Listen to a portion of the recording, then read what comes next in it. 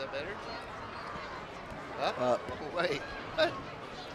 How's that? Hello. Are we better? Oh, we're better. All right. How much time we got?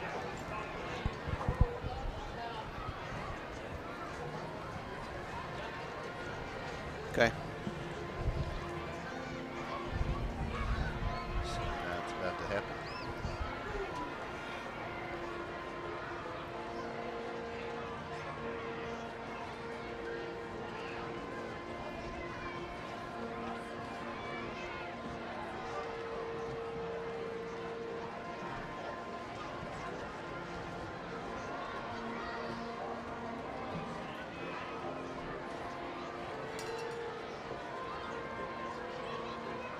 Ladies and gentlemen, welcome to Denison Munson Stadium. Tonight we're going to celebrate our seniors. First of all, our senior football players for the Denison Yellow Jackets.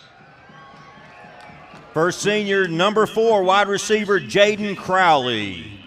Jaden is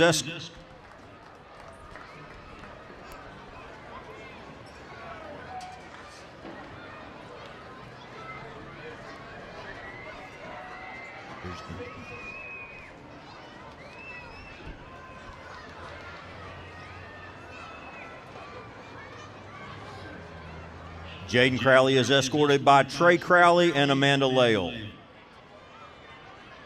Wide receiver number 5, Kyson Lusane. Kyson is escorted by Rolanda Askew and Byron Askew.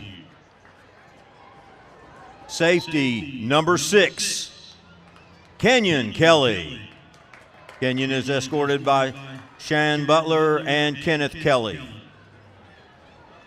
Wide receiver number 7, Corey Franklin. Corey's escorted by Jessica James and Connie Watkins.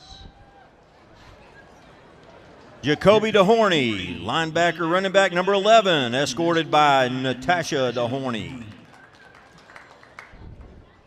Wide receiver number 17, Gavin Robertson. Gavin is escorted by James Robertson, Nadia Robertson, and Katie Payne. Matthew Rangel, escorted by Chad and Amy Cruz and Donnie Rangel. Matthew's a kicker in number 19. Cornerback number 20, Jordan Smith. Jordan is escorted by Daniqua Harper. Defensive back number 21, Shylin Reed. Shylin is escorted by Brandon Reed and LaToya Sims. Cornerback number 22, Caleb Flowers. Caleb is escorted by Misty Flowers and Lante Lusane. Wide receiver number 26, Zadarian Douglas. Zadarian is escorted by Amanda Hull and Jamal Hull. Defensive end number 29, Cavante Hain. Cavante is escorted by Charla Hain, John Hain, and Charlotte Hain. Defensive end number 30, Michael Greiger. Michael is escorted by Megan Greiger and Jason Hall. Running back number 33, Jack Ailman. Jack is escorted by Lane and Yana Ailman. Running back number 34, Grant Yerkes. Grant is escorted by Ashley Ailman and David Yerkes. Running back number 35, Elihu Gilmore. Elihu's escorted by Kenneth Gilmore. Linebacker number 37, Ellis Pham. Ellis is escorted by Ellis and Jennifer Pham. Tight end number 40, Braden Benson. Braden is escorted by Eddie and Elisa Benson. Defensive tackle number 42, Isaac Pinedo. Isaac is escorted by Laura and Alex Martinez. Tight end and long snapper number 45, Cooper Rogers. Cooper is escorted by Jerry and Daisy Rogers. Defensive tackle number 52, Amandre Shepard. Amandre is escorted by Adra Shepard. Defensive tackle number 53, Chase Markham. Chase is escorted by Mark Markham and Nathan Nunley. Offensive guard number 60, Nathan Orick. Nathan is escorted by Stephanie Orick, Marge Orick, and Carla Nunley.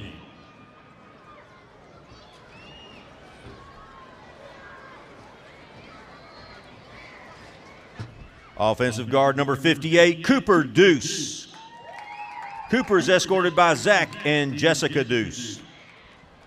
Offensive guard number 64, Mason Mandrell. Mason is escorted by Corey Mandrell and Jody Mandrell. Offensive tackle number 65, Alex Vogel. Alex is escorted by Daniel and Tammy Vogel.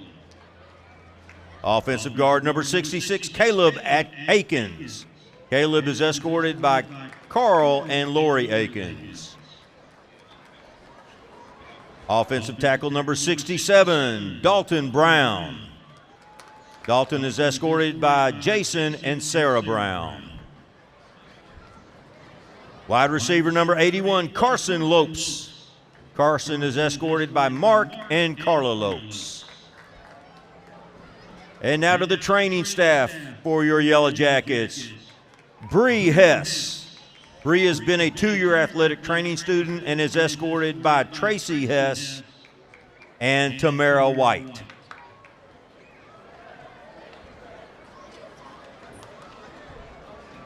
Riley Hilliard. Riley has been a 4-year athletic training student, escorted by Lauren Franks and David Hilliard. Madeline Smith. Maddie has been a 4-year athletic training student and is escorted by Jennifer Smith and Curtis Smith. Let's give our training staff a big round of applause, along with your senior football jackets. And now the cheer squad.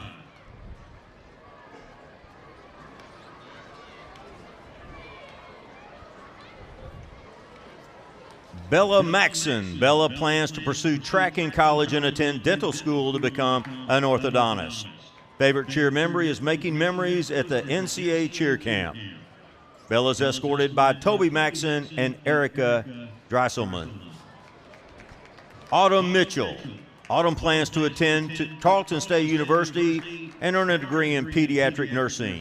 Favorite cheer memory is staying up late and laughing uncontrollably while trying to stay quiet in their hotel room at summer cheer camp. Autumn is escorted by Cody Mitchell and Sierra Elo. Braden Salceda. Braden plans to attend college at Grayson College to complete his basics and continue his cheer career and start Grayson's nursing program. His favorite cheer memory is UIL's cheer competition, cheering at the football games, and making friends with people that he can only hope for the rest of his life. Braden is escorted by Daisy Salceda. Piper Thomas. Piper is escorted by mother Brandy Connery and father Corey Thomas. Piper plans on continuing her education, focusing on business and marketing.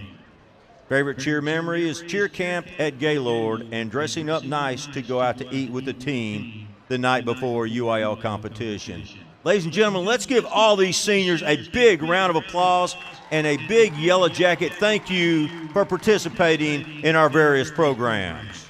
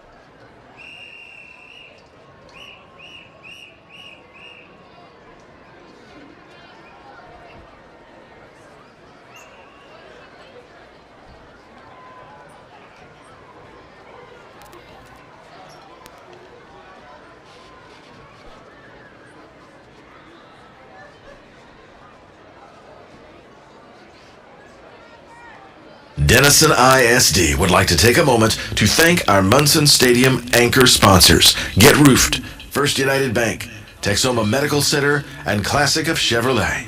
Thank you for supporting your Denison Yellow Jackets.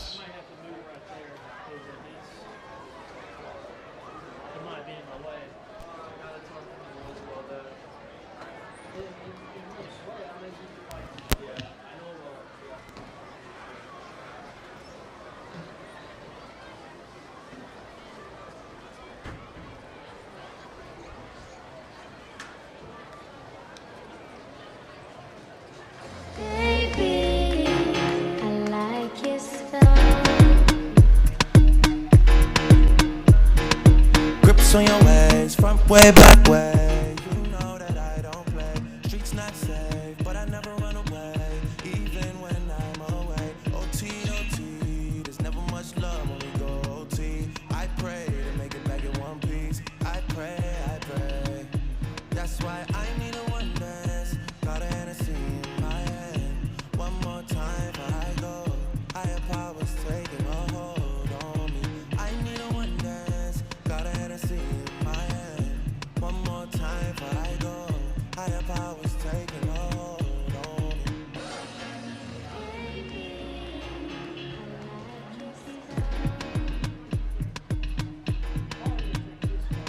Strength and guidance, all that I'm with my friends. Nobody makes it from my ends. I had to bust up the silence. You know you gotta stick by me.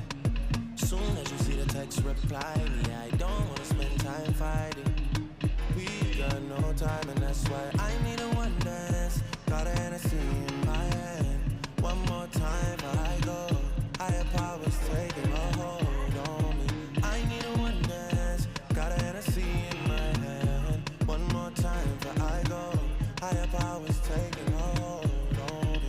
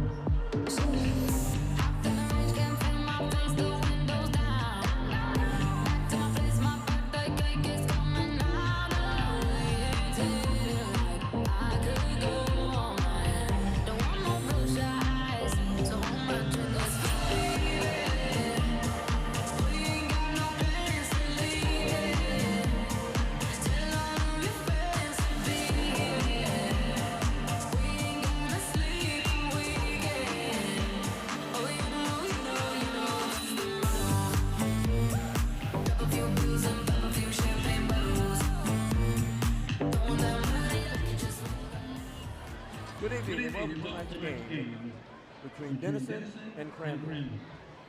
There's no place I'd rather be tonight than Munson Stadium, but Arlington's a close second. Bottom of the first, 0-0.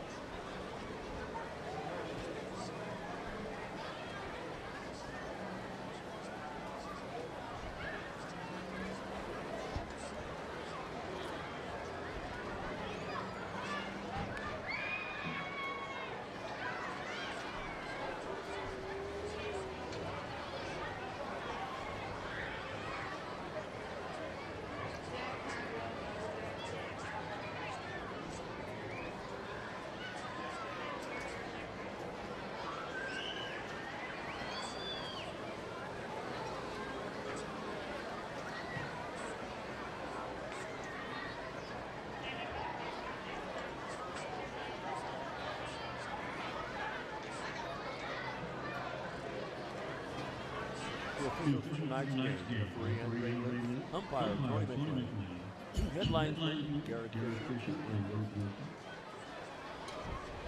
back judge Vincent Blue, side judge Dave King, then Cody Flowers.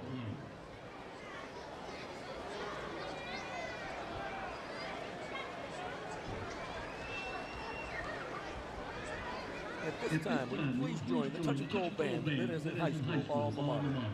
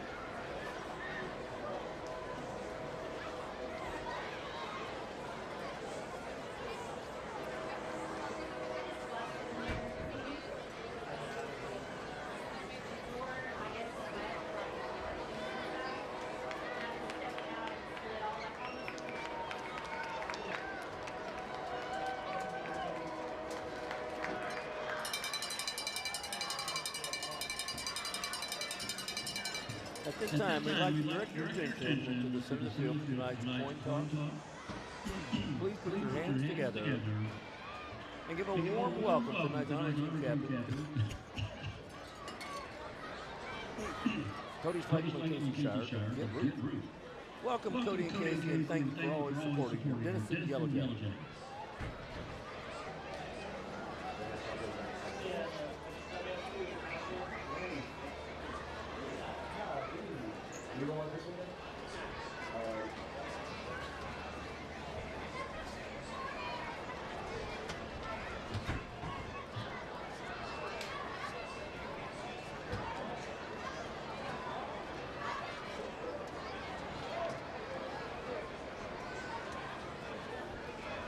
One out bottom first, Rangers up 1-0.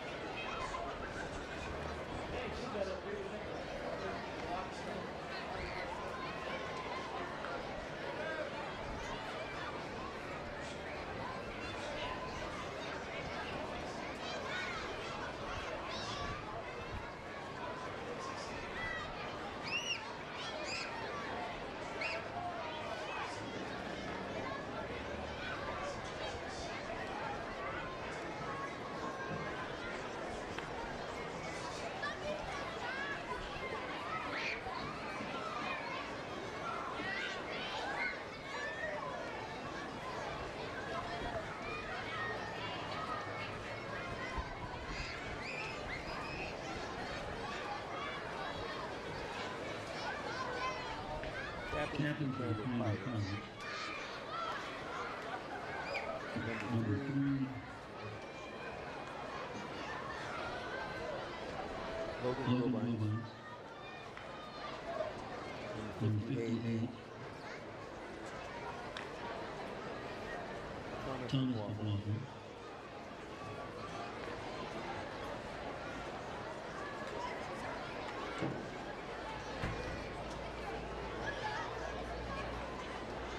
Number 1. Kendrick Jones.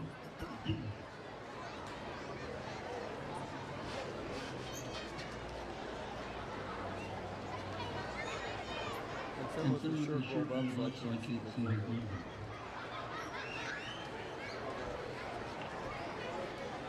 Number 2. Snakes. Nothing.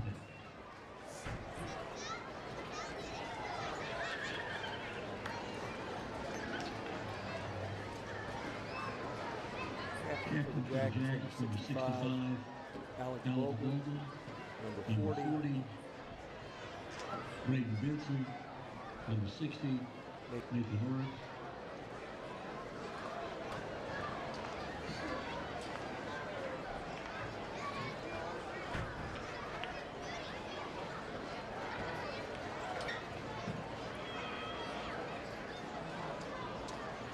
And number 29, Monte.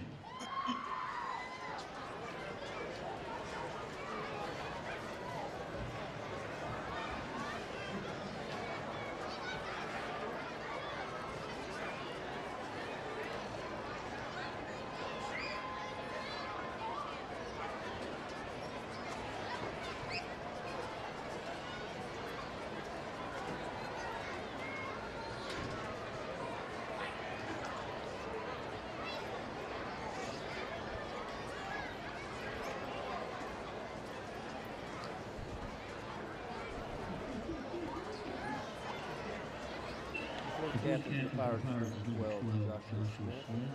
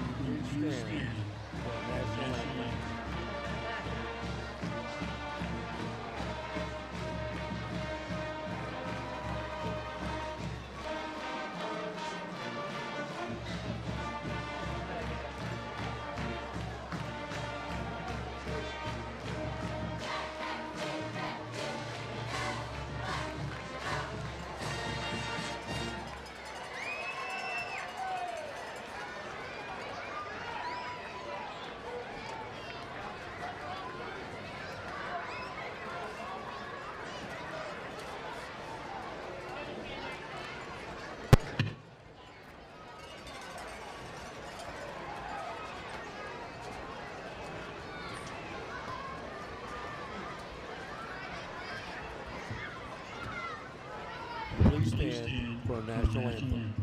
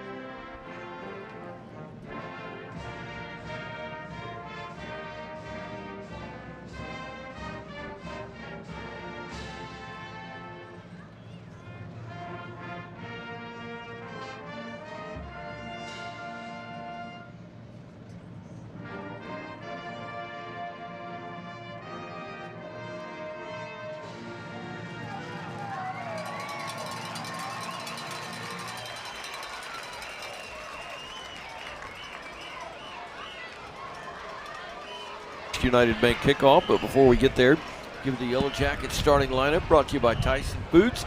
Tonight's starting lineup brought to you again by Tyson Foods, feeding the community. Crandall will get the football to begin the game, and that means the Yellow Jackets will go on defense first. Across the front for the Yellow Jackets, Michael Greiger at the left end, DeMondre Shepard and Josh Turner, the two tackles. A mixture of Cavante Hain and occasionally Jacoby DeHorny. We'll explain in a minute. At the other defensive end on the corner, Cedric Harper and Jordan Smith. The backers tonight, Gavin Robertson, Lathan Bailey, and how about this? Roman Henderson back in the mix after a couple of weeks of being out. Trace Holston, Kenyon Kelly back deep. Kenyon Kelly, what a night last week. 13 tackles, including a 30 and also a 37-yard pick six return. The senior headed to the University of Texas at San Antonio. Lynn Burkhead, Lance Sandmillan, Kyle Huber, and Peter Dion with you tonight here on YJTV and 93.1 FM. We are just about set to get underway. North wind blowing about 10-15 miles an hour out of the north. It's cool, it's cloudy. The Rangers are up 2-0 in the World Series in the second inning, I believe. Yes.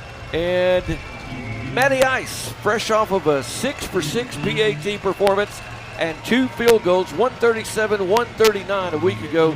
He prepares for the first United Bank kick, and we are just about set to get underway. Matty Ice gets the signal, approaches it, and he's going to spin it deep with the wind behind him. He's going to go out the back of the end zone. He ate the extra helping of Wheaties, and Old Man Winter is blowing hard out of the north tonight, and so that combination makes it a touchback. Offensively for Crandall, across the front, we think, because Coach Harden didn't want to play ball.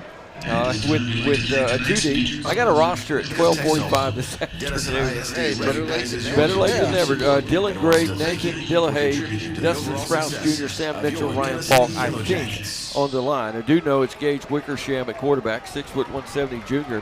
Andrew Anderson, the running back. Jeremiah Douglas, Josh Smith, Jordan Johnson, and Logan Wilbanks will be the wideouts throughout the night.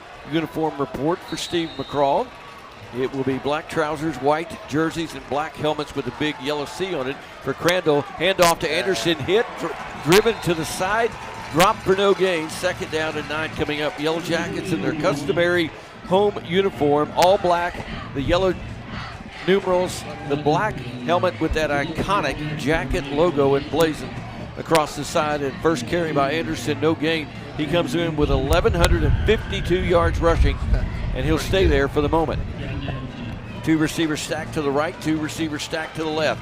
Empty backfield for Wickersham. He's going to swing it out wide. That's going to be Shaw, or Smith rather. Smith got it. He's tackled quickly, and there will be no gain again. They tried to get the slip screen out to the edge. Nothing doing, and the Jacket D holding on the first 2 plays. That was a great job out here on the corner. He was getting blocked, and that gave Kenyon time to come over made the play. Nice play by the Yellow Jackets. It was Logan Wilbanks, rather, on the reception, and they'll face 3rd down and 10. They give up a lot of yards and a lot of points. They're still scoring some of their own. First quarter, second quarter, that's their Achilles heel. And here's 3rd down. Wickersham back. Here comes the pressure backside. Being chased. He is moving to the sideline. He's going to be caught, dropped short of the first down. It will depend on the spot. They'll say he actually touched the knee at the 31, maybe the 32, and that sets up 4th down deep in Crandall territory. How about Javante Hain there on the chase? Didn't give up. He missed him on the first cut, turned around and chased him down in the end. All right, so they're in 4th down, go for it mode. They've got 2, surely not. Now they're going to back out for the pooch. Wickersham has it. He's going to pooch it almost off the backside of his own guy. It's going to bounce. The Peter call almost hit Kenyon Kelly in the backside, but it did not quite, and it goes out of bounds around the 45 to 46 yard line. And the Yellow Jacket D, well, they did what they could not do a week ago, and we're going to tell, or a year ago, and the keys to the game, that's one of them right there. They just did it. They just did it by keeping them and making them have to punt the football. You want to turn that thing over, get it in the offensive hands. Stop the big plays. That was something that Crandall just gashed Denison with all night long last year, and we'll tell you more about that in just a second. That's one of the keys to the game for sure, and we'll give you the others here in just a moment. Yellow Jackets go to work left to right on the radio dial. Ty Rhodes is there, and it's going to be Jacoby Dehorny in the backfield. Here's Rhodes back to pass on 1st down. He hammers it down the field. Caught! 30, 10, 5, in the end zone! Stick it in the end zone! Put it on the scoreboard! The post route run to perfection! Touchdown, Denison! Oh my goodness, I believe they saw something on film. We haven't seen that all year long. Back straight down the middle of the backfield, hit him on the numbers, Ty Rhodes. Dehorny turns it on. You can't catch that guy. Probably the best throw that Ty Rhodes has made all year. It was on the buttons. 10:06 left in the first. 1 play, 1 score for the Yellow Jackets. Here's Matty Ice. Put it into the ball. It is up and it is good. 1 play. And Denison has taken a 7-0 lead. We're back on YJTV in 93.1 right after this. Just going to say that's your other key to the game.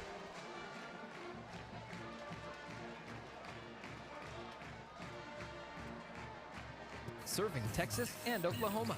It's Get Roof, your residential and commercial. Get free inspection. Get Roof can handle all types of roofing, including composite and metal roofs. And they are one of a select group of industry professionals that can say they are an Owens Corning preferred contractor. To the game, Lance and Millen and Kyle Ewer. Number 1 was limit the big plays by Crandle. Number 2 was get off to a quick start. They're suspect in the first and second quarter defensively. They do make good adjustments at halftime. And then there's one more for that Simmons Bank keys to the game. Give it. Well, it's just win the turnover battle in these type games when there's 2 good teams that are kind of equal on paper, fighting for the same thing. You got to win the turnover battle. No doubt about it. Matty Ice for a First United Bank kick. Seems like we just did that. Puts the foot into it, spins it deep again. The wind and the Wheaties, they conspire again to drive it out of the back of the end zone for the touchback. And Crandall, yeah, he ate an extra bowl of Wheaties Do they today. still eat their Wheaties? Do you know? Because I don't know. I'm going to say no. Do they still make Wheaties? Oh, yeah, they do. Nobody eats that. They do. Yes, now wait a minute. You know, guys that get AARP invitations in the mail, they eat Wheaties. Okay. I got one. I'm a member of AARP. I'm not eating that. All right. Defensive stop for the Yellow Jackets. Crandall 3 and out on the first series. 1 play, 1 touchdown. The Yellow Jackets, exactly what the doctor ordered. Wickersham back, hit as he throws down the field. He's got a man, caught Smith, and he is going to be tackled at the 40. He was in double coverage. He's just faster than the 2 that were trailing. Yeah, there's the big play, but not a touchdown. You know, if you can bend a little and get right here and settle back in and don't break, you're all right. Yeah, that was Logan Wilbanks on the first one, but that was Josh Smith headed to Tulsa. And you see why 6'4", 210-pound senior had offers from a number of people, including Oklahoma State and Texas Tech. That is Anderson hit as he crossed through the line of scrimmage. Yellow Jacket defender nearly got a flag right there.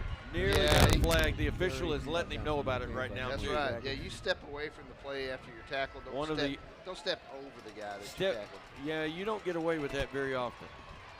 And the Yellow Jackets may have right there because that was close to being a flaggable offense. This is going to be a handoff again to Anderson, being taken out from under him. Ball is loose. The Yellow Jackets say they got it. The official signal, yes.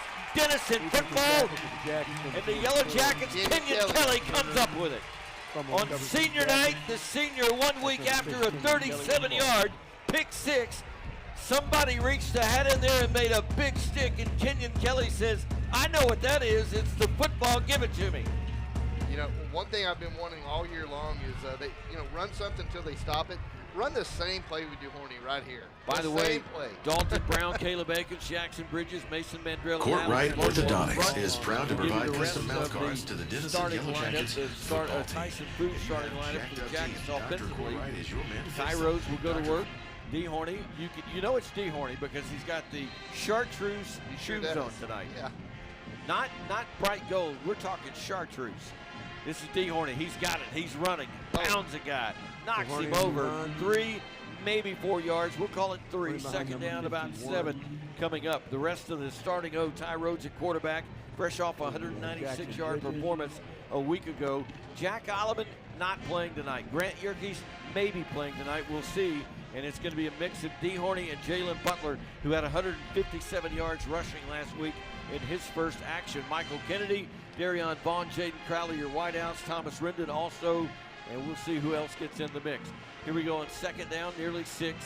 Benson will flip from one side to the other. Man in motion, that's Kennedy. Gets it on the jet sweep, finds a block inside. If he could have broken that one tackle, he was going to sail for a long, long way. He's not going to get the first down, but it is going to be third and manageable. We'll call it 3rd and 2. Yeah, he made a good cut. Just get up in there behind your blockers after the cut and follow them. You get the first down pretty easy, but he kind of made the cut on his own and stayed away from him. Be really key here for the Jackets to get this and continue this drive and maybe get a score and open up a lead. This is going to be DeHorny. He's going to get it. He's weaving his way forward, first down and more. And he just continues that yard after contact, yards after contact. He got hit about a yard beyond the line of scrimmage. He needed 2, he got 4. Yeah, that's the guy I'm going to when he gets in that situation. Then we're changing to Butler. Here's where you change speeds. Here you go from the Braun. I'm not gonna say the beauty. He's a good-looking kid. A lot of speed, and that was the first Charles Holder first down call of the night. Charles Holder Insurance down on Main Street. DeHorny gets the first down. Now Butler into the game. 2 receivers to the right, 1 to the left. Kennedy in motion. Here's Rhodes, play fake. Going near side, throws it out. He's got Kennedy. Kennedy shaking, baking. 40, 45 and out of bounds. He's going to get another Charles Holder first down with an 11-yard catch and run. Yeah, that's another something we haven't seen. That play was wide open. Defender was there, but 10 yards off the ball, so good pickup. Jackets send 2 to the left, 1 to the right. That is Rendon to the right. And here we go. Rhodes is going to give it. Butler weaving through traffic. Not much there. Got a yard. That's it. 2nd and 9 coming up. Yeah, the only thing I saw there, I've got some linemen looking at each other right now. Somebody blocked the wrong guy. So they got to get that ironed out. Somebody needed to reach on that linebacker, and he hit Butler. Actually, they're going to say no gain. No, it is. So the dial-a-down man. Yeah, he was not paying attention to the official, so it's going to be 2nd down and 9. Yellow Jackets will stack 2 receivers to the left, 1 to the right. They're tight on the right. Butler in the right hip pocket of Rhodes. High snap. Rhodes is going to run the option. He's going to break a tackle. Can't break the second. Needed 9. He got 1, maybe 2. 3rd down and long coming up. Oh, I hate that fake pitch. He throws that one arm out there with the ball in it, and when you got contact coming on you, he did hang on to it. Just makes you worry. But here comes DeHorny back in. Jacoby DeHorny checks in for Jalen Butler. Butler, as I mentioned, 157 yards, including a 56-yard scamper last week against Princeton. Got his first career rushing touchdown. Sophomore has a bright future in front of him. The senior, Jacoby DeHorny, he's going to get his licks in in what is going to be his final visit to Munson Stadium. Years of playing here, final time tonight. 3rd down, 8 yards to go. 1 man to the left, 2 to the right. Here's Rhodes back to pass. Sets up, wants to throw, zips it underneath, incomplete.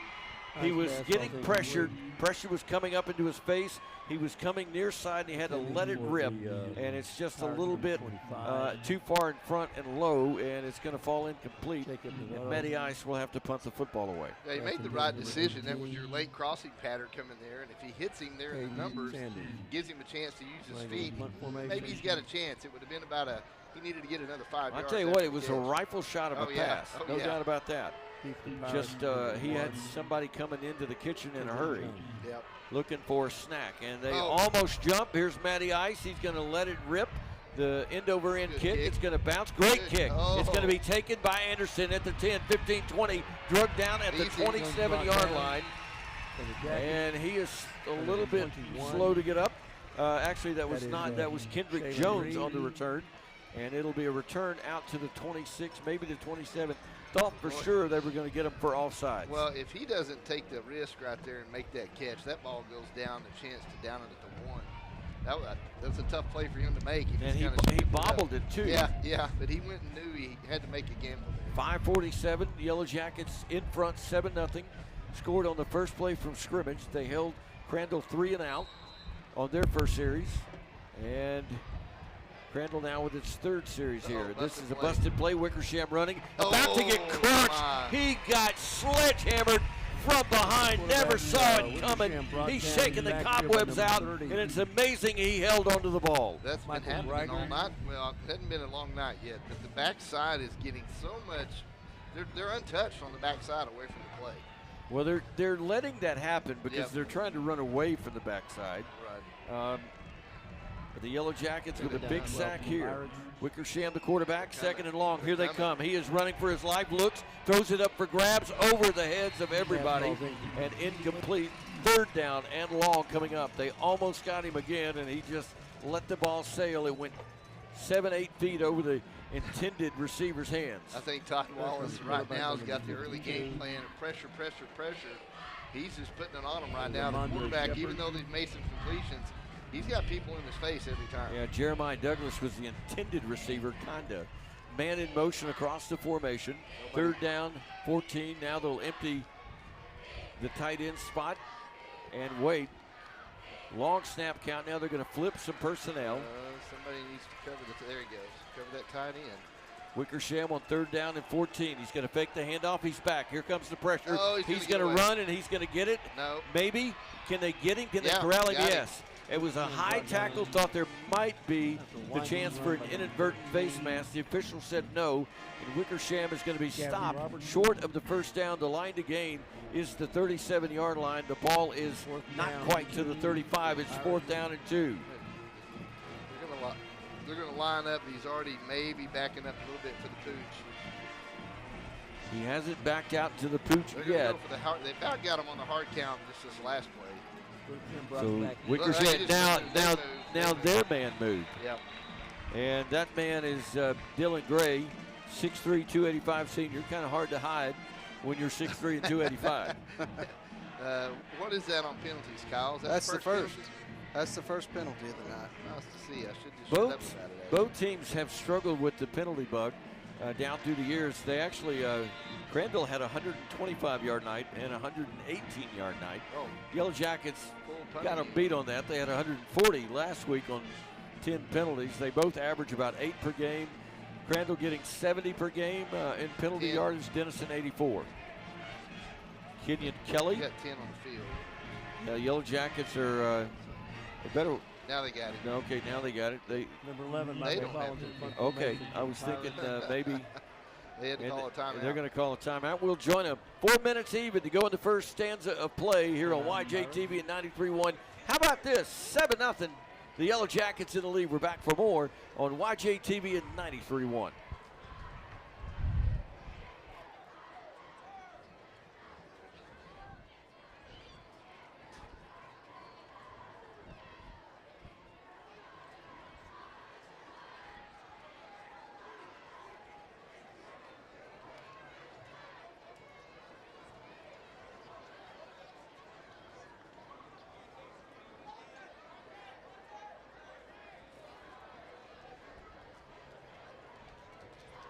We're back at Munson Stadium. 4 minutes to go in the first quarter. 7-0 Jackets lead. Peter Dion, our Northwood Grill call to the sideline. First time tonight. Crandle, where in the world they get a name like Crandle? Well, Crandall was named after a Methodist minister. His name is Cornelius Football Crandall. I really don't know his middle name, but it was F, so I just made it football. So not only did he found Crandall, Texas, but he founded Crandall, Indiana before that. How about that? Wow. Yeah, that's up in your neck of the woods. Yeah, it's kind of south. It's by it's a little west of like Lexington, Kentucky. Michael Collins in to punt the football away. Kenyon Kelly will stand at his 38. Collins standing at his 16. Fourth down, about 8. A bad snap. They're going to get him. They got him. He bobbled the snap, tried to pick it up and pooch it, and the Yellow Jackets gobbled him up like a drumstick on Thanksgiving. I think he's trying to get roughing the kicker, but you can't get it when that happens. Not when you mishandle the football, and the Yellow Jackets with a golden opportunity at the 21-yard line of the Pirates. First down and 10. What's that score as? Is that a sack? Block punt? What is that? That would be a mistake. How about that? Has to be a block, I would think. So the Jackets will go to work. D. Horny in the left hip pocket of Ty Rhodes. 2 receivers to the right. Jackets are going to go too tight on the right side. They're loading up. And now they're going to flip one tight end to the left to even the package out. Kennedy in motion.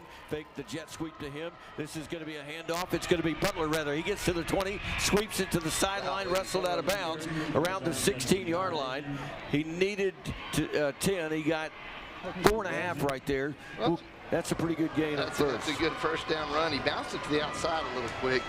I was told a little bit about that he still has a habit of wanting to do that pretty quickly instead of maybe a lot of inside, but I would too. You know? A lot of young varsity players think they can outrun people to the edge. That's right.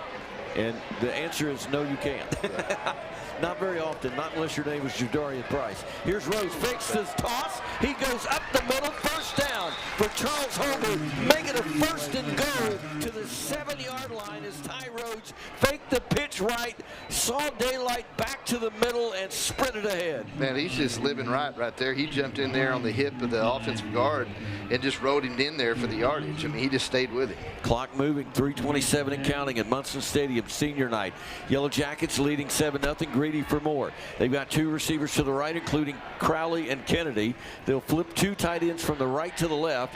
Butler in the backfield. Rhodes is going to give it. That's Michael Kennedy on the jet sweep. He gets a block to the edge, sprints to the pylon, knocked out at the 2-yard line. I thought he was going to get around the edge and score, but the speed of that outside backer, just too much. Well, it wasn't just the outside backer. That was one of their fastest individuals, the kickoff returner.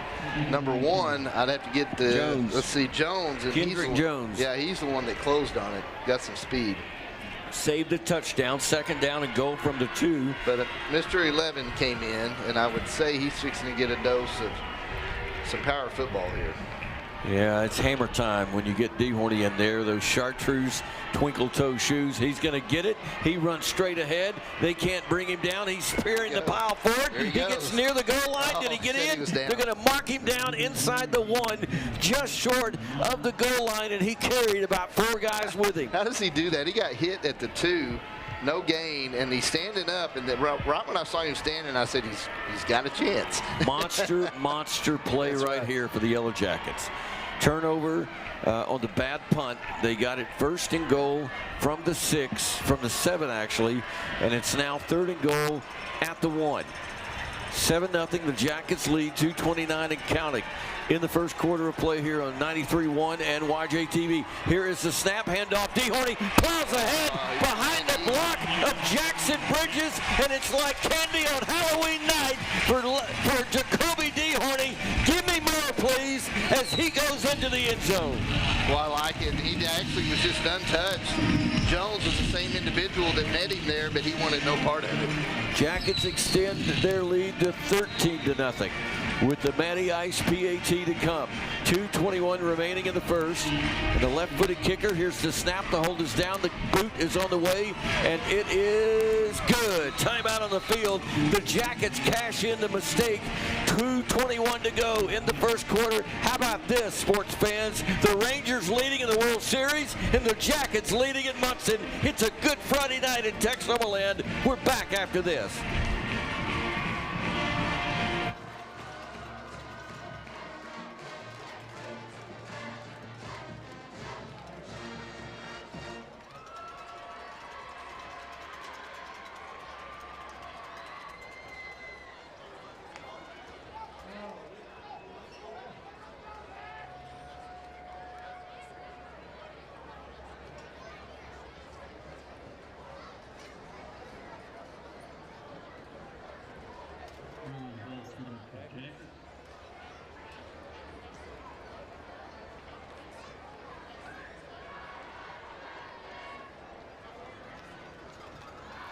Leave it to my good friend and Marty Criswell protege Steve McCraw. Correctly called it out. Man, that is some kind of loud headset right there. Ozzy Osbourne. Whoa, baby. Need to check with the audiologist after that came bursting through the headset. Turn that headset down. Wow. I'd love me some Ozzy, but not like that. All right. We'll give you a scoring drive recap. Here's another First United Bank kick by Matty Ice. This one, nope. Well, they're not going to return it. I thought they had a shot. It died at the goal line, but they elected not to, and it goes out the back of the end zone. And how about, Kyle, a couple of scoring drive recaps? Sure. The first one, first quarter, 10:06 on the clock. Elapsed time, 8 seconds. One play, 54-yard run by DeHorney. Put the Denison Yellow Jackets up 7-0. And just now in the first quarter, time on the clock was 2:21. Elapsed time, 1:32 came off the clock. 5 plays, 21 yards. Finished off the 1-yard run there by DeHorney. Denison goes up 14-0 by Matty Ice's 2 PATs. All right, so Wickersham and the Pirates will go back to work.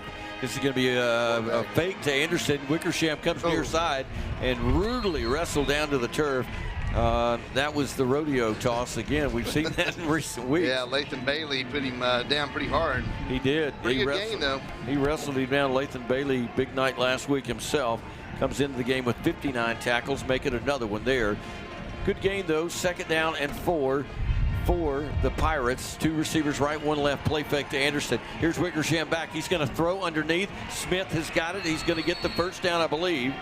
And we'll just see where they spotted originally. And he's going to be just short. Now, I thought he actually caught it just beyond the marker and then was driven backwards. But the officials are not going to agree with me. Imagine that. And it's going to be third down and less than 1. The line to gain just across the 40. Ball on the 39. So just a little more, maybe an inch or 2 more than 1 yard to go. Yep. 2 receivers to the right. 1 to the left. That's the big guy, Smith. And they jump. They will jump, and that's going to be a false start. And that's going to move the Pirates back. Make that third down a little tougher to get. Indeed. Boy, look at Smith. Man, is he not a man-child? Well, that's what I was going to say. Wickersham's just, he can live his life right all night by throwing to him, because that's a heck of a target. 6'4", 210 pounds, a senior. A lot of numbers from the last 2 or 3 years. We'll tell you about some of those as we go along. Has the only really big play of the night so far for the Pirates. It'll be third down and a long 6, almost 7 now. Line to gain just across the 40-yard line. Anderson and Wickersham in the backfield. 2 receivers to the right, 1 to the left for Kyle Harden's squad. This is a fake to Anderson. Here's Wickersham back. Pressured. He's being pressured from behind. They're giving chase. The ball popped free again. And I tell you what, that was Kenyon Kelly. Just violent tackling by the Yellow Jackets right now. Yeah, I think he really thought he could get to the corner. I don't think he understood that Kenyon had a beat on him. I'm telling you what, Wickersham has paid a heavy price here in the first quarter. He has shaken the cobwebs out and then some. Kenyon Kelly just destroyed him there on the edge. Lathan Bailey did a few moments ago, and it will be punting time. So they can't even get a first down, the Crandall Pirates. What a change from a year ago. You said stop the big play, and with the exception of one big play, they hadn't been past the 35 other than that. They haven't been. Kenyon Kelly back at the 41. This is going to be Wilson ready to punt. Kelly is actually going to come up. They're going to guard. He's worried about the 2 receivers out there. He's worried about the fake. Timeout, maybe Yellow Jackets. Let's see what we got here. 16 delay of game. Delay of game. Okay. Thanks, Pete. Yep. So the only penalties of the night thus far belong to the Pirates. I believe they've got 2 now. They got 3. Got 3. That's why I have you around, Kyle. Thank you. I appreciate it. Keep me honest. Got Pete around. Did you hear that, Pete? Because of the dessert. Oh my goodness. Somebody's not out there. Yeah, somebody. So we are going to have a timeout. 11 seconds to go in the first quarter. We'll take a break. Back in a moment with more Denison High School football.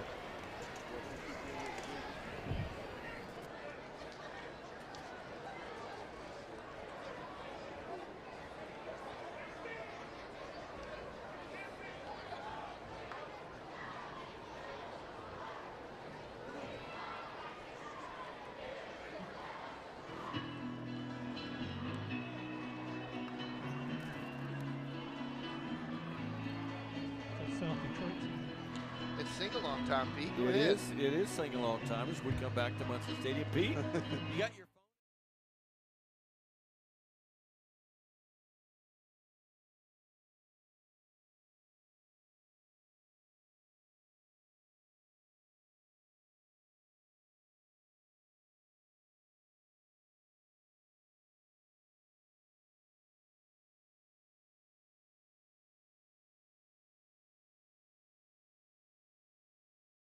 Kenyon Kelly will stand on his 45. Wilson, the punter, will stand on his 10. Last time was an adventure. Here's a bit of a high snap. Yellow Jackets give chase. Can't get there. And it's going to be back away, get away. Yellow Jackets nearly committed the unpardonable sin right there. I don't know. You know, you never know. Pete, was Kenyon Kelly should have been yelling at the top of his lungs, not singing along with the song, but get out of the way. Absolutely. All right, He'll start yelling my name. That's the magic key, right? Yeah. So we have expired 1. We're going to 2, and it's been all Denison thus far in a battle for the postseason. 14-0. Jackets lead heading to the second stanza. We're back after this on 93.1 and YJTV.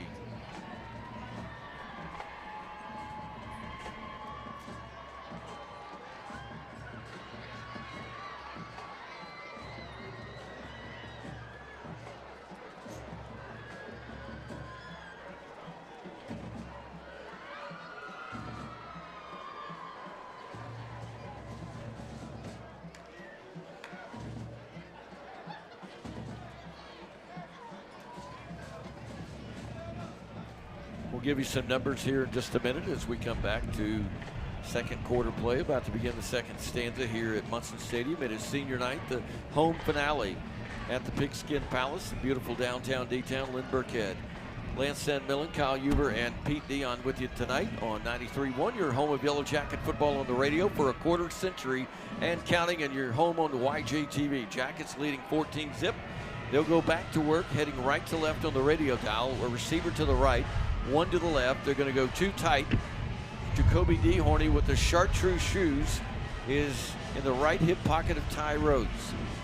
We'll give you some first quarter numbers here in just a moment. They were heavily in favor of the Yellow Jackets.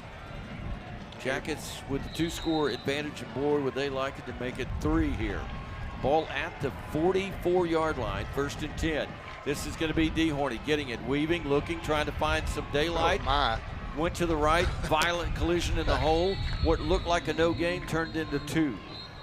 I'm not even sure. It really looked like almost a miss snap. Like it went, the timing was way off on that play. But it's still a couple-yard gain.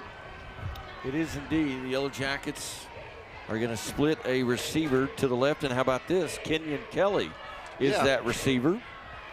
Kenyon Kelly, of course, last year had a 58-yarder against Melissa for a touchdown. Has seen virtually no action offensively so far this year, but he's out there now, and it'll be 2nd down and 8, and he is in single man-to-man coverage.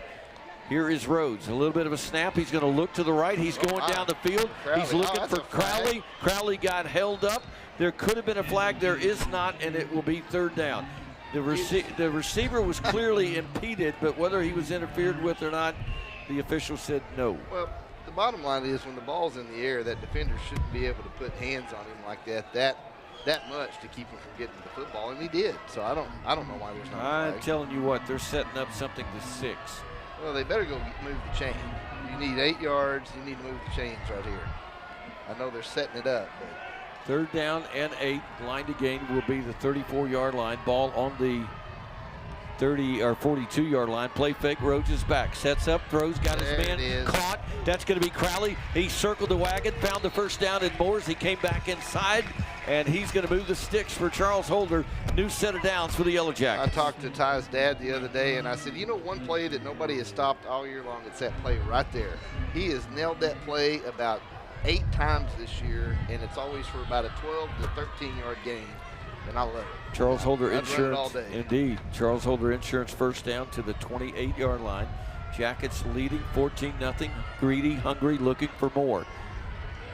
The tight end is flipped. Brent Benson flips from the right to the left. This is going to be the fake jet sweep. Rhodes runs up the middle. They read it at the last second, or he might have scored. There was a lane opening. They saw him pull it. The linebackers did pull it out of the gut at the last second of Michael Kennedy, and they stopped what could have been potentially a big gain and maybe even 6.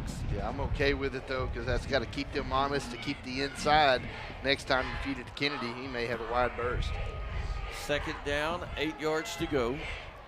Clock at 10:13 and counting in the first half. In the second quarter, Denison 14, Crandall nothing. Rhodes, long snap count. D. Horney is in his left hip pocket. Fake to him. Rhodes back. Has time. Now he's pressured. He's going to run out of the pocket. He's looking, wanting to throw. Dancing, looking. He's going to run. He kind of high-stepped his way forward.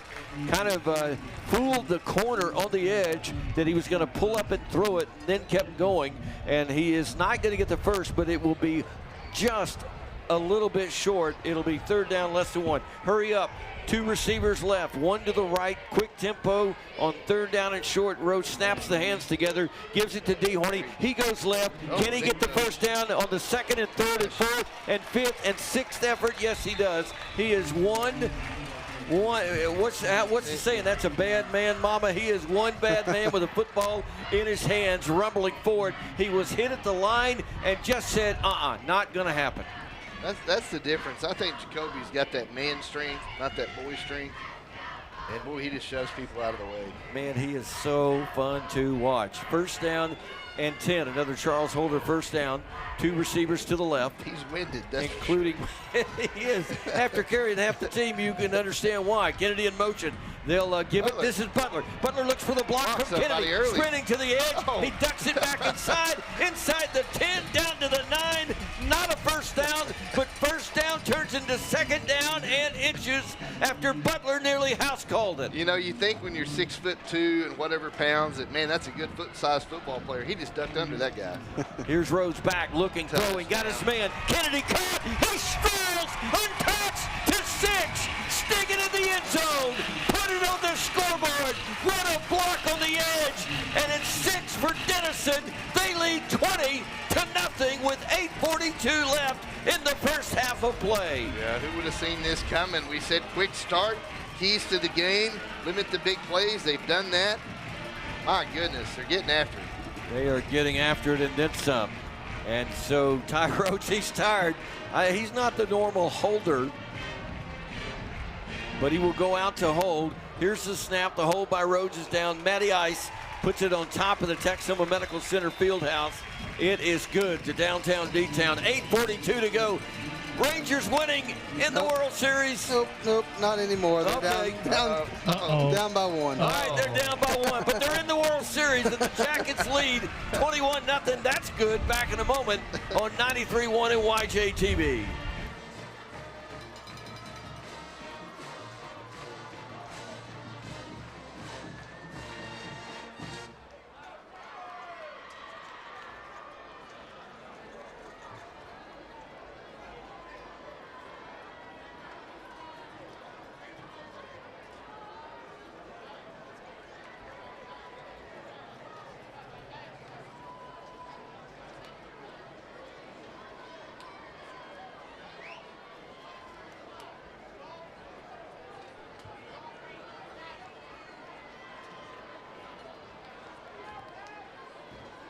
Deep will be Pirates number 6, Redmond.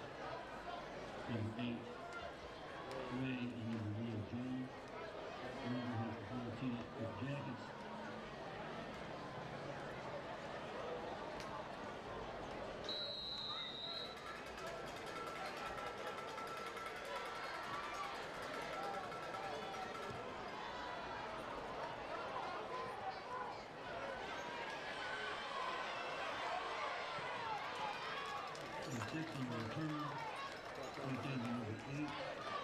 This quarter's replays are brought to you by Texoma Medical Center. Safe, trusted, ready.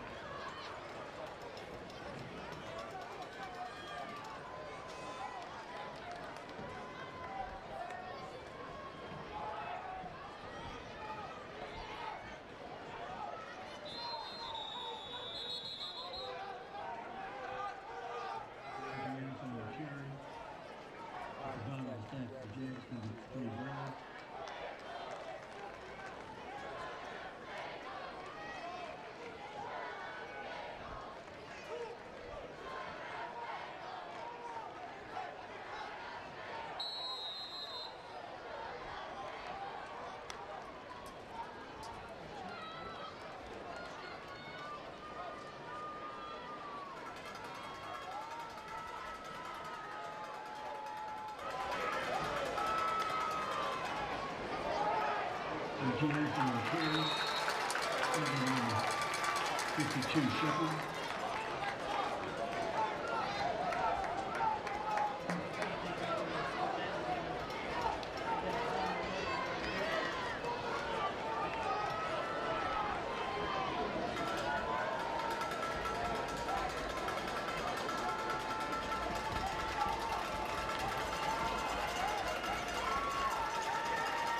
Crandall's jumped 3 times in these short yardage He'll situations. stack 2 receivers left, 3rd down and short, 4th down and short. And this is Anderson. Flag on the play. They're going to have to back up again. I just said it. Each short yardage play, they can't stand it. Like Babe Ruth, you called your shot. Oh, he didn't see it. He didn't see it. The back judge missed it. The side judges should have got that. They're saying offsides jackets. No way.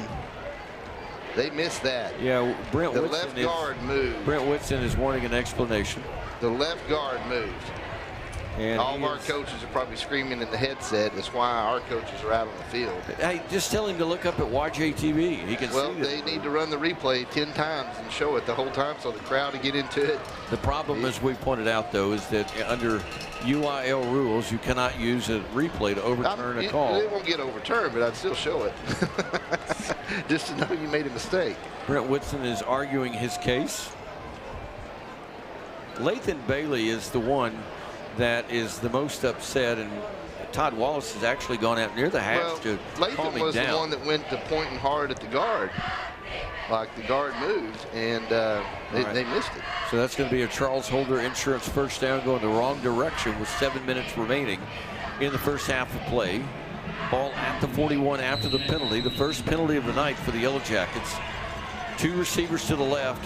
1 man, Kendrick Jones, to the right for Crandall. Wickersham play fake to Anderson. Ball is loose. Jackets give chase, and they've got it. Denison's got the football at the 46 of Crandall. He wanted to throw it. He tried to move as the pressure came and just lost the handle on it. And I'm not sure who it was. It may have been Devon Jeffries. Devon Jeffries that came up with it. He pounced on it, and all Wickersham could do was hang his head and think about what might have been. You know, I said in this situation, Crandall may get in a little bit of a panic mode. And that was a first down pass play they were going to try, and he lost it on his hip. Jackets will send Crowley wide to the right. Benson is tight to the right. Ty Rhodes comes into the game. He's going to have Butler in his left hip pocket. 2 receivers to the left. Ball at the 46 with a 21-0 Jacket advantage. Here's Rhodes. He's coming near side looking. He'll throw it sideline. Quickly caught and out of bounds. Goes the Yellow Jackets, and that is that Darion Vaughn? Yeah, how about another big target if you want to throw to somebody? He didn't get the first, but he's going to get 7. Yeah, that's great play. Second down and 3. You just always want positive yardage on that first down play. You don't want to get behind the chains. Well, now you run or pass right here. That's what's nice. You got 2 choices. The defense, you got to play both, so they can't come at you really strong. Two sophomores on the edge, and Kennedy and Vaughn. They'll split wide to the left. The senior Crowley wide to the right. Ty Rhodes on second down. Short high snap. He tipped it to himself. Now he's going to run. Nowhere to go. He's going to be sacked for a loss on the play. Yeah, that's just a situation where don't lose the football. We saw that a couple of times last week in your absence. Jackson Bridges a little bit too eager on the snap a couple of times last week, and Rhodes avoided disaster both times. And that time, that was nearly disaster again. It turns into a sack. And 2nd and 3 is now 3rd down and 7. 2 receivers to the left. Butler in the right hip pocket of Ty Rhodes. Crowley to the right. Line to gain will be near the 36. Rhodes play fake. Now he's going to look. He's looking. He's going to tip it down the field. Caught. That's going to be a first down and more inside the 20. Still going down to the 13-yard line. Michael Kennedy, hello. Charles Holder, hello.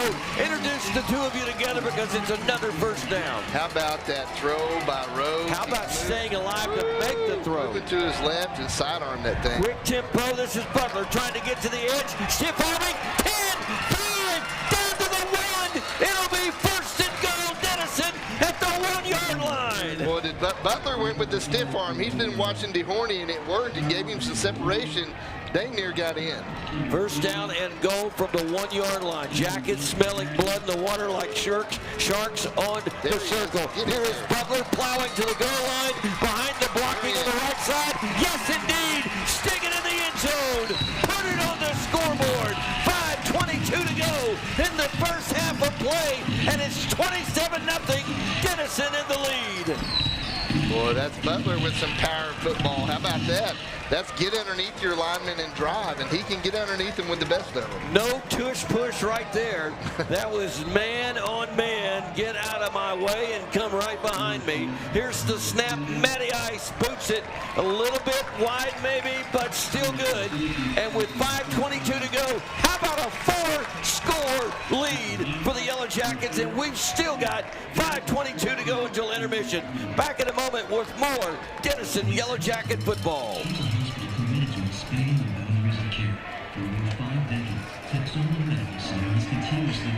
Wow. Technologies to better serve our region.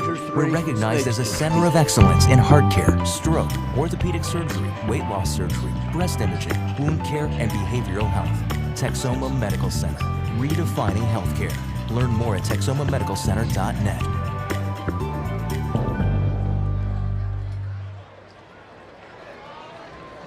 We're back. We owe you a couple of Bradshaw Coon scoring drive recaps. The Yellow Jackets busy tonight, Kyle.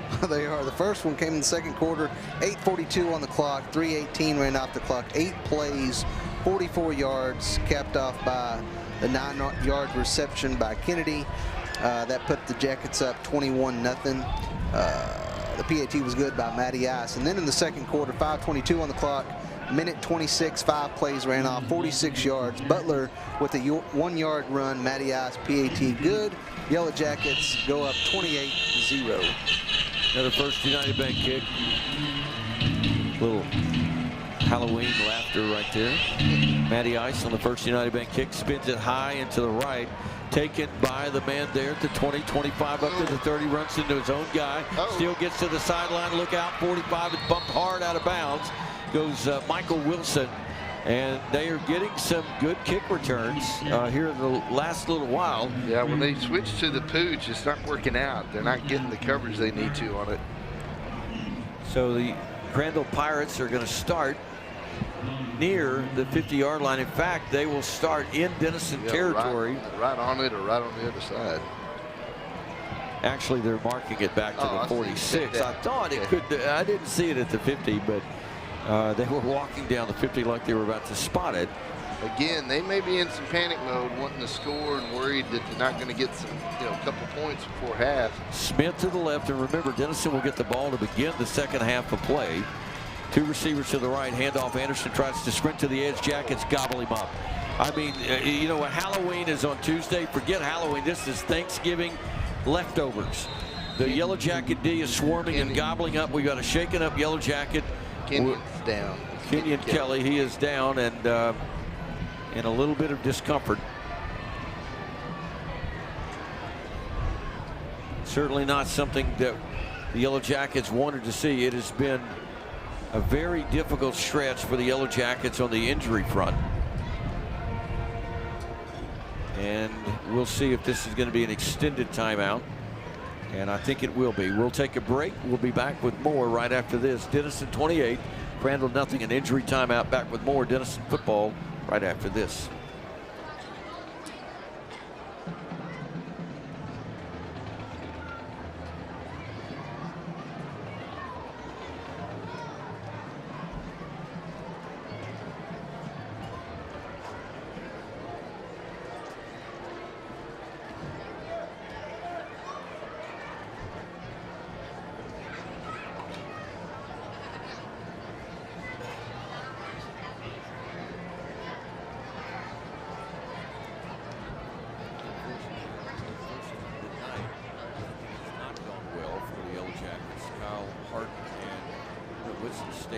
Together on the hash, looking at the injured player, and I believe that is Kenyon Kelly. We'll check down to Peter Dion, our Northford Grill call to the sideline for an injury update brought to you by E.R. Sherman. Injury updates, we haven't had a lot of those early this season, but a lot of them late, brought to you by E.R. Sherman. Service of Texoma Medical Center, ready 24/7 to provide emergency care. Pete, what's the word? Looks like a upper quadrant kind of injury. He's still out there, so. Okay. Things are okay. All right, so the players have taken the knee on both sides. Kenyon Kelly is moving around, so that's not the issue that we're dealing with here, but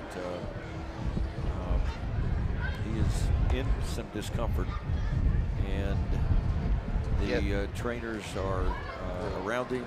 Coach Whitson obviously very concerned. Coach Harden concerned, and here comes the gurney, or the UTV with the stretcher. They will get Kenyon loaded up, and he will likely be done for the night. The players are in a group prayer going on over here in the middle, led by, I would say, their youth chaplain here with the team. Yeah, they don't have an official chaplain, I suppose, but they do have an unofficial one, Chuck McQueen. And prayers on both sides right now. And just a terrible, terrible thing for Kenyon Kelly on senior night. And terrible for the Yellow Jackets as well. Their leader defensively. Oh, really? Okay. Okay, so we were wrong. It's not. Well, never saw a number. Yeah, we never saw a number. I was going by the the things that are on the legs and the ties. I should have been looking. Well, we were screened off from seeing a number. I mean, immediately by players and then by the trainers. I see Kenyon now over here. Yeah, so it's not Kenyon Kelly. No. Unfortunately, it is the very talented freshman safety who's having just a phenomenal year. Trace Olson, 6 foot 165, 52 tackles coming into the game tonight, and they're going to get him loaded up. It is some type of upper body ailment, and certain that they'll have to do some x-rays and that type of thing. Taking a good while, and it's just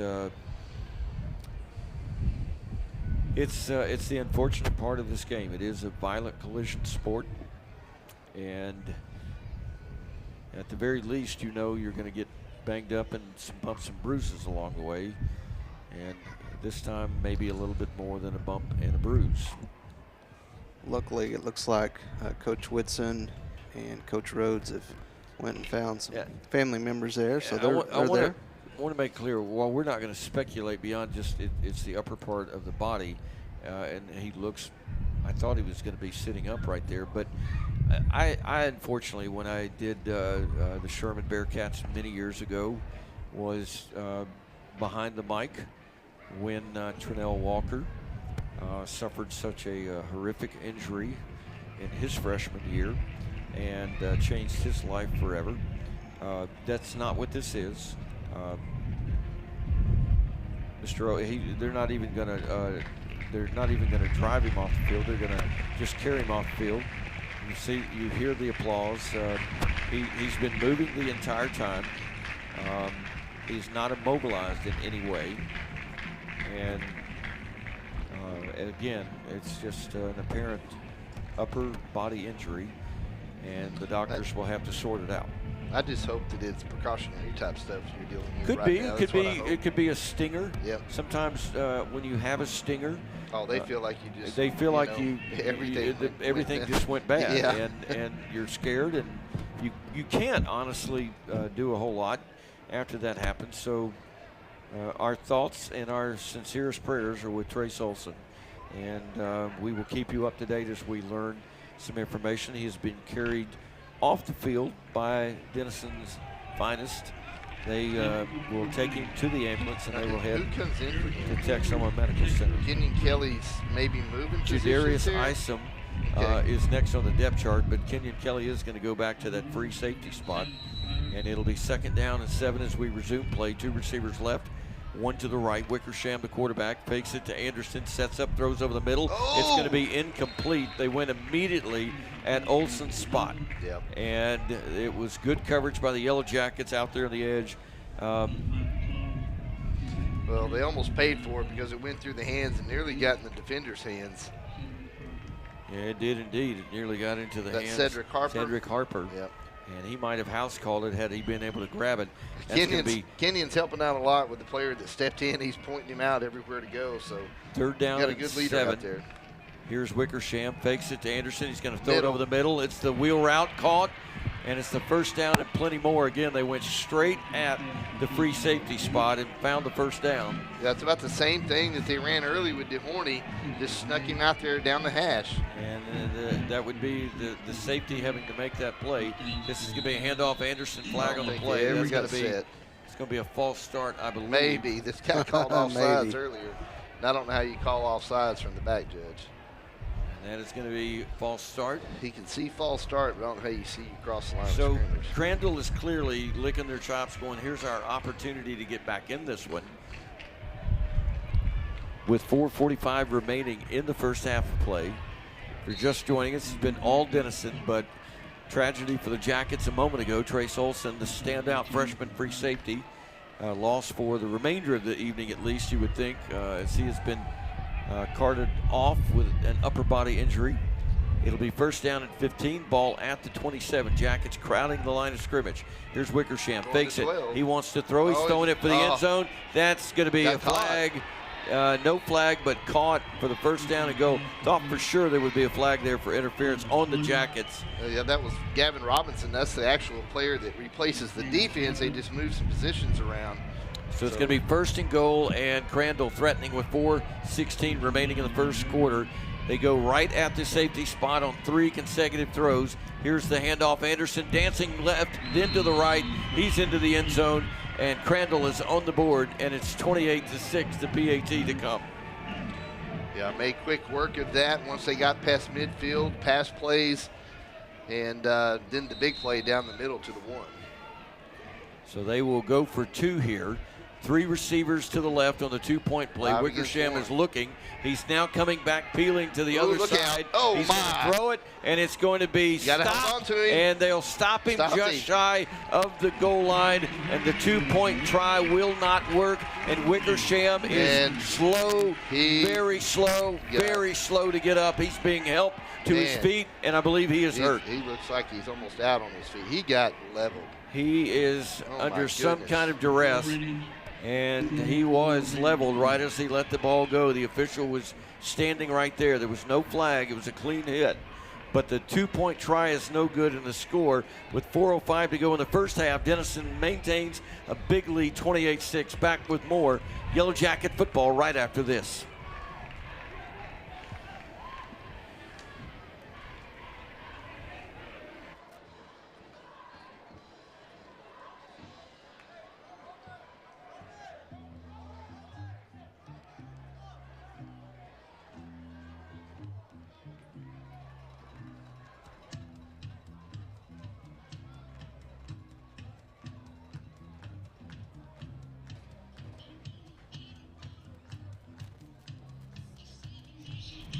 We're back, and we'll give you a sorta injury update from ER Sherman. Trace Olson has been lost for apparently the night as he is in the ambulance, and they will likely be heading to TMC for x-rays.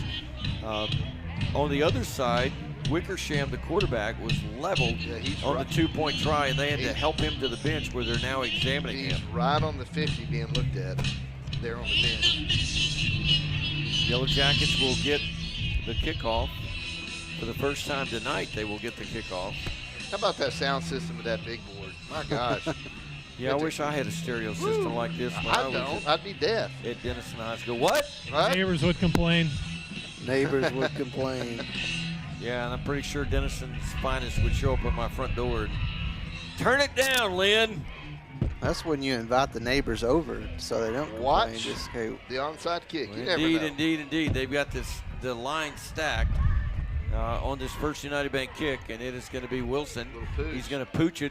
Kenyon Kelly's got it, 15, 20. He's up to the 25, still going 30. He's to the 35, lunges forward across the 40, and goes down at the 41. He was near the back end of the coverage. If he could have found one more block, it was about to get a lot of fun. He couldn't find it, and the ball will be marked at the 40, and the Jackets go to work.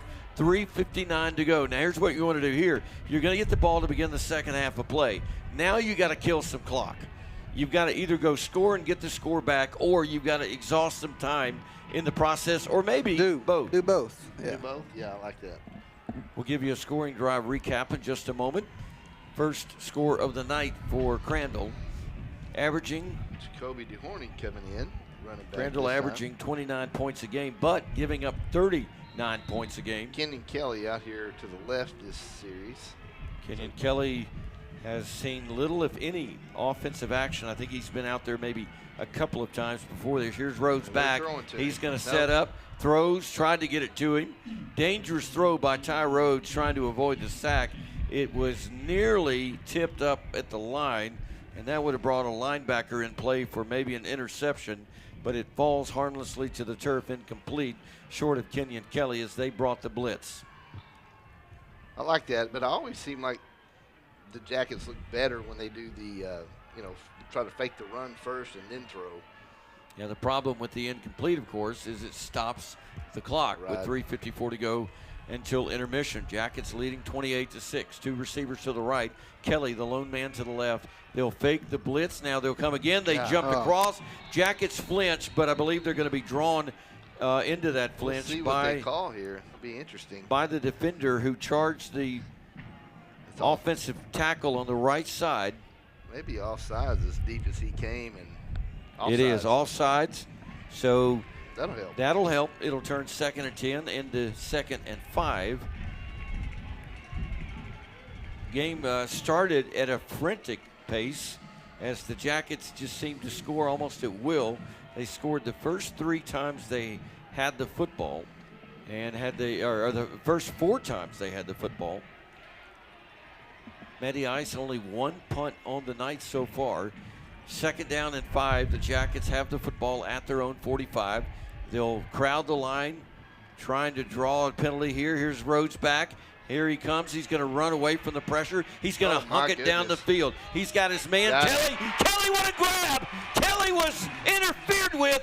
They threw 2 flags. Tell me that is not offensive pass interference because he was being mugged down the sideline. Gideon's hitting himself on the head, saying he needs out. I don't know if that's because he ran down. The defender almost grabbed him around the waist, trying to hold on to him. I just saw an excited Yellow Jacket, so I think they heard that it's going to be. It is going to be against them.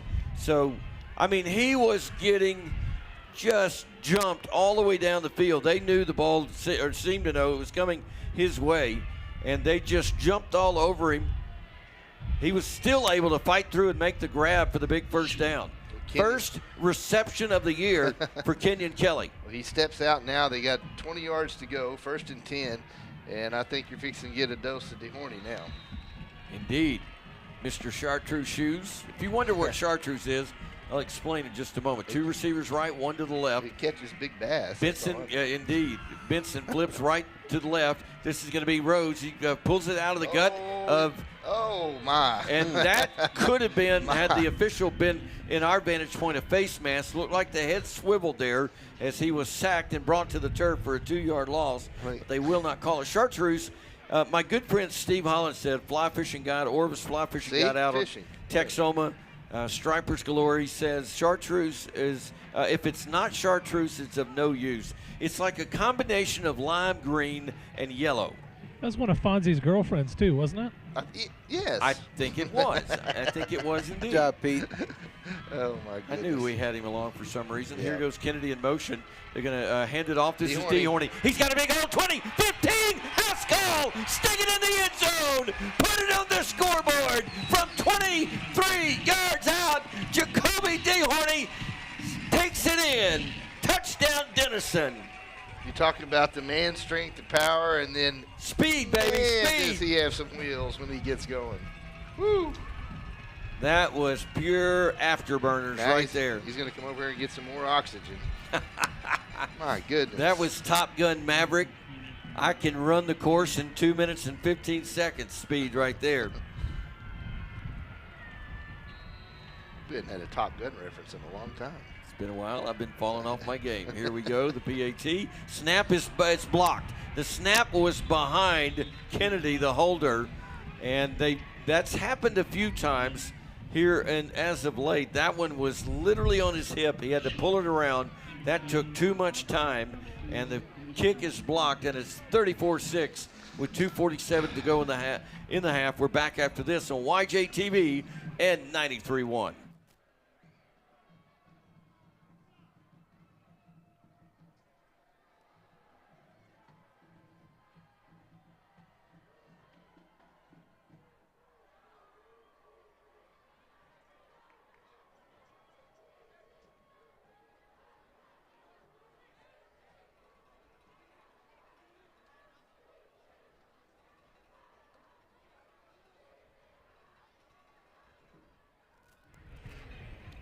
We're back. We're going to check down with Peter Dion. We've been so busy with scoring drives and calls. We've neglected to give you some of our updates. So I'm intrigued. I'm a weather guy. Tornado or fire in Crandle? Come on. Okay, take your pick. What's it going to be? Well, for 2 weeks in a row, it's been a tornado. Is that what you're picking? Yeah, I'm picking. Hey, in North Texas, you always pick the tornado, right? How about neither? But there was a fire in Crandall, Indiana, but I could find no record of either a big cyclone or a fire in Crandall. So. Cyclone. You know he is from up north when he calls it a none cyclone. that's your key you brought to us. Yeah. You know, down here we'd call it a tornado or a twister. Well, that's got some height. This is going to be taken by an up man, and he ran across the legs of his own guy and tackled himself. That always helps your coverage. At the 32, indeed, when your own guy, when the opposing team tackles his own man. By the way, we understand, I won't name the teams, but we understand that last week there was a game here in North Texas. I laughed and I laughed and I laughed until Brent Whitson told me an even funnier story. But in this game last week, I believe it was a 2A game, a player for a certain team was ejected by the officiating crew for fighting his own guy on his own team. I don't believe I've ever heard of that before. Probably had to run a little bit the next day. I bet he did. First down and 10. Receiver left, 2 to the right. Here's Wickersham. Play fake, back to pass. He's rolling, looking, wanting to throw balls up in the air, out of bounds. He was getting pressured.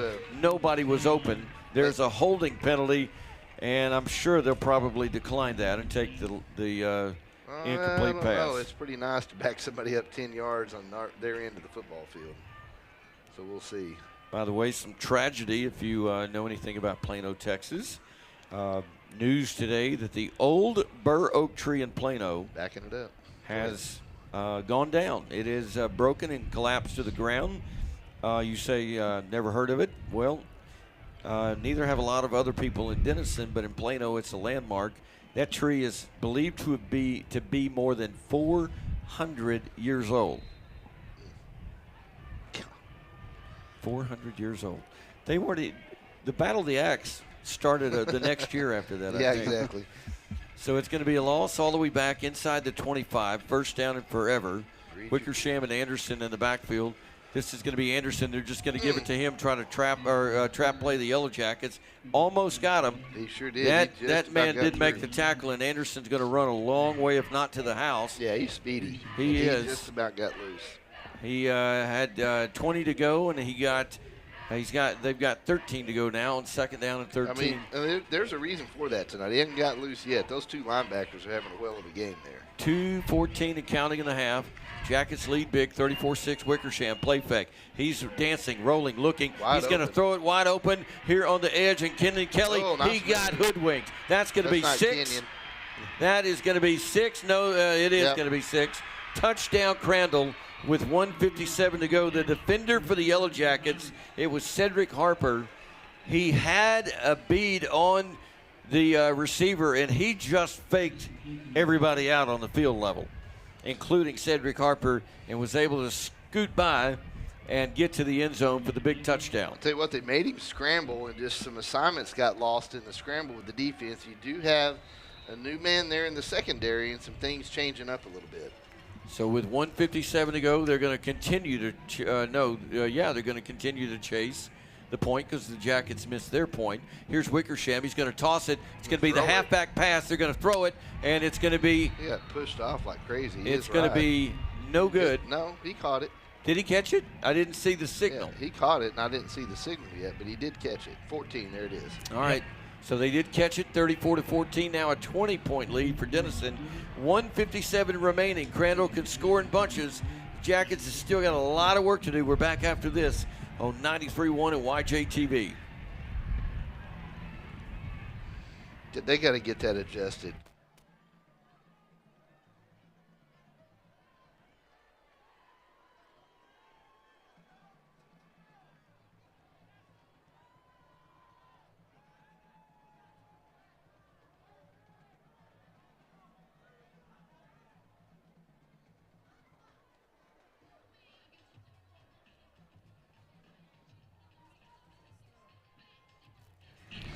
And so on second and long, they had them 1st and 20. You remember that incomplete pass I was talking about? Sometimes you take the loss of the down rather than back them up because they still retained the down. Yeah, it didn't work out, did it? It didn't work out for the Jackets. It did for a play or so, and then the big play happened.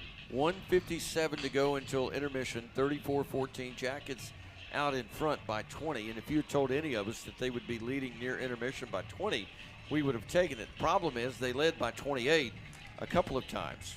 Now they're having a little more confidence here in the middle. You still need to watch for something onside kick or something. Oh, absolutely. Yellow Jackets need to have the hands people looking. Also, the pooch to Kingman is not going to work out for them if they do that again. They need to not do that. I tell you what, I'll go out on a limb and double dog dare them. How about that? Well, they might do it. All right. They wouldn't have done it on the dare, but the double dog dare, yes. Here we go, Wilson. He's going to spin it deep, and it's going to go out the back of the end zone. He ate the bowl of Wheaties, and the wind was helping out. The Jackets will take the touchback and go to work with 1:57 remaining. Now, here's where it gets a little bit problematic. Kennedale has 2 timeouts remaining. You've got to do enough to get a first down.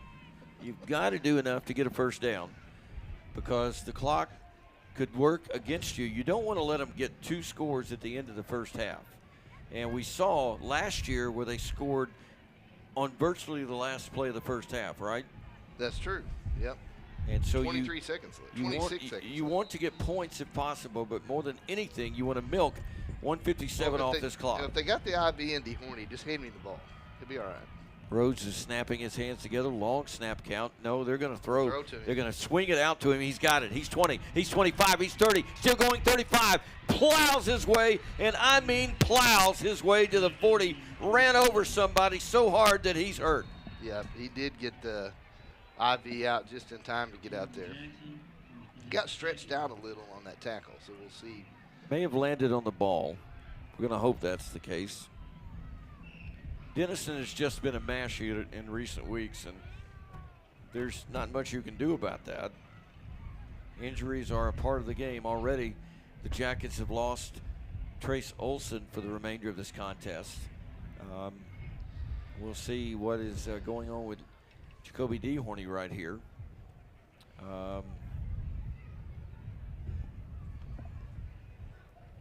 Let's go down to the sideline, and we'll talk to Pete while we're waiting for a little bit of a look to see what this might be. So the bond issue for Crandle, I'm interested in that one. Yeah, so they did a school bond back in 2022, and they approved $365 million. They passed 2 propositions, but they said no go on the one, which was they were going to renovate the stadium, their football stadium, for $35 million. So no visiting radio booth. We could have used that last year in the rain. So they did. They're going to build a high school addition, and they're going to put a high school gymnasium. So does that mean that basketball won over football in the state of Texas for the first time? I mean, it could happen. What? Very rare, but it could happen. Come on. No so way. Jacoby DeHorny is on his feet. And they were looking at the shoulder, but he is walking off the field under his own power. We'll see. Well, what was it he had trouble with? He didn't have trouble with anything. He actually had a procedure done. Yeah, he was out for a few weeks. He had a meniscus repair. So he is holding that arm and shoulder, and that does not look promising. Yeah, it's always that sign of that AC joint got disrupted a little bit. To what degree is the big key. Yeah, he's fixing to find his way to the injury tent. He's fixing to find Dosa Butler for the rest of the game. 1:48 to go in the first half. Clock stopped on the injury timeout. It was a first down for Charles Holder to the 41-yard line. 2 receivers to the right, 1 to the left. Butler is in the ball game at the running back spot. Jacoby DeHorny has disappeared into the injury tent. This is going to be Butler hit the backfield drop for a loss. And the clock will run with 1:33 to go, and we'll see how long Crandall waits before they call a timeout. They'll probably let Denison run one more play. Well, I would wait the full 29 seconds to run it. No doubt about that. No, get to the half right now. The injuries you've got, and just get to the half with this lead. Yeah, the injuries really have taken the wind out of the sails of this crowd and this team. They were sailing along and doing quite well. And then a couple of injuries to high snap. Butler's going to get it and tripped over his center's ankle. Now they call the timeout. And they will call a timeout with 55 seconds to go. If he didn't get tripped by his own guy, he might have gotten the first down coming back this way. It was going to be a good gain for sure. And now Crandall will call one of its 2 timeouts remaining. We'll join him. We're back in a moment with more Denison High School football.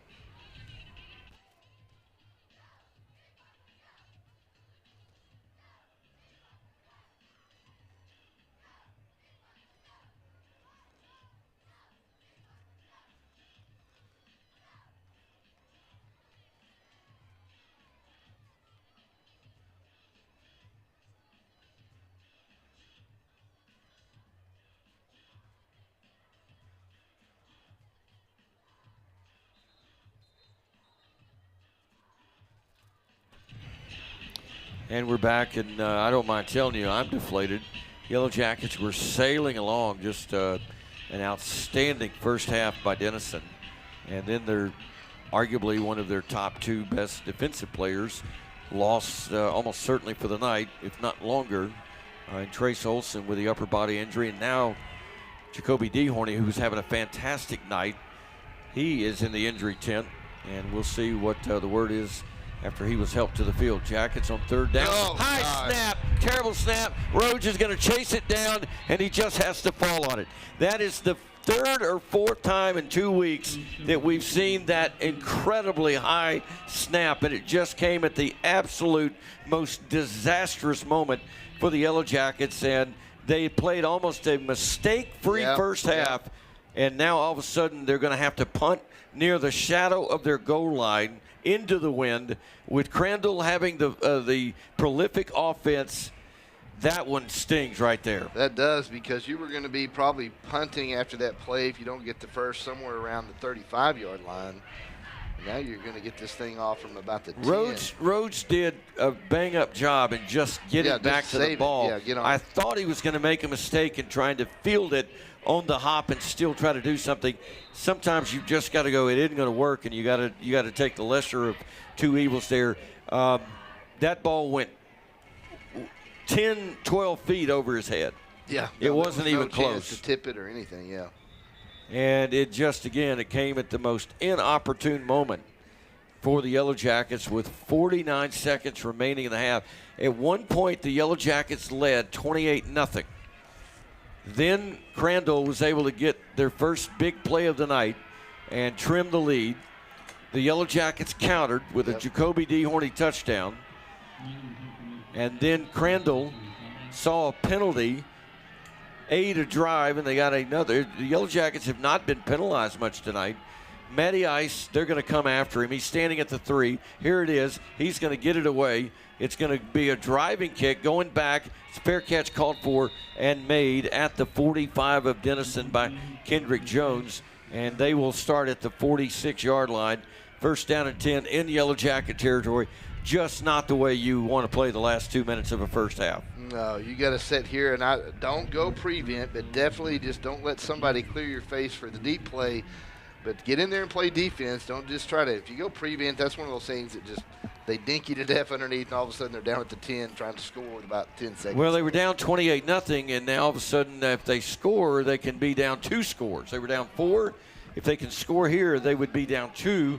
And remember, they scored with almost no time on the clock last year at the end of the first half and took what was a close game and began the pulling away process. They do have an extra backer in here, so they are in a bit of a prevent. 2 safeties. 2 left, 1 right. Wickersham is going to throw it underneath. It's going to be caught by Smith, and the Yellow Jackets will force him to the boundary, and he will not get the first down. Goes out of bounds with 32 seconds remaining in the first half of play.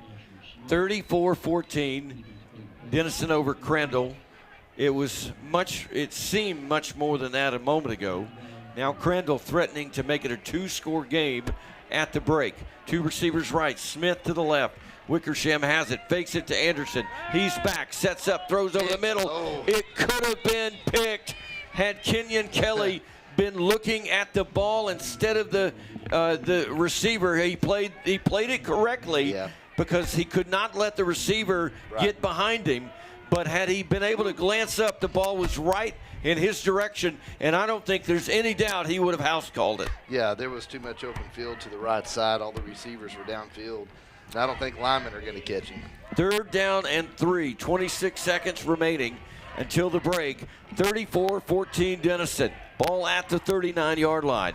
Wickersham and Anderson in the backfield. Fake to Anderson. Here comes the pressure. Wickersham's going to throw it. Smith's got it. 1st down and more. Wrestled out of bounds inside the Denison 30 at the 26-yard line. 18 seconds remaining. That is one big, tough man right there to defend. He is, and that was just smart. He broke that route off way early, and it was easily set up to move the chains and get out of bounds. I mean, that is as collegiate-looking a wide receiver as we have seen all year. 2 receivers right, including Smith. 1 to the left. Wickersham play fake, back, sets up, throws to the sideline, got his man, tackled immediately. Did he stay in bounds? Nope. He did not. They're going to stop the clock with 11 seconds to go. They've kicked 1 field goal all year, but they don't want a field goal right now. They want 6. 11 seconds remaining. The ball is going to be just across the 16-yard line. The line to gain for 1st and goal is just across the 7.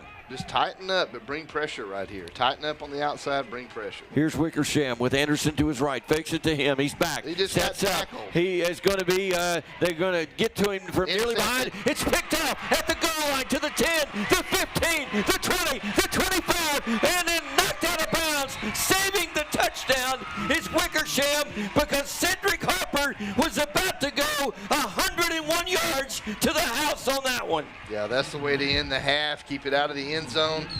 Big INT, nearly got to take it to the end zone. That's your half. There is a penalty on the play, but it is declined, and the half will end, and we'll talk to Brent Whitson. That was nearly a 101-yard house call by Harper. He needed 1 final block on the sideline, and the quarterback just nipped him to knock him to the boundary and save 6 because there was no one after Wickersham. Let's go down to Brent Wilson and Peter Dion. Pete? All right, Coach, very nice way to end that half. Yeah, no, great. I thought we had a chance to score. He just missed 1 cut, but it was a great play by sophomore. Very good. So if I remember right, our first 4 drives ended up in touchdowns. So really nice start to this game.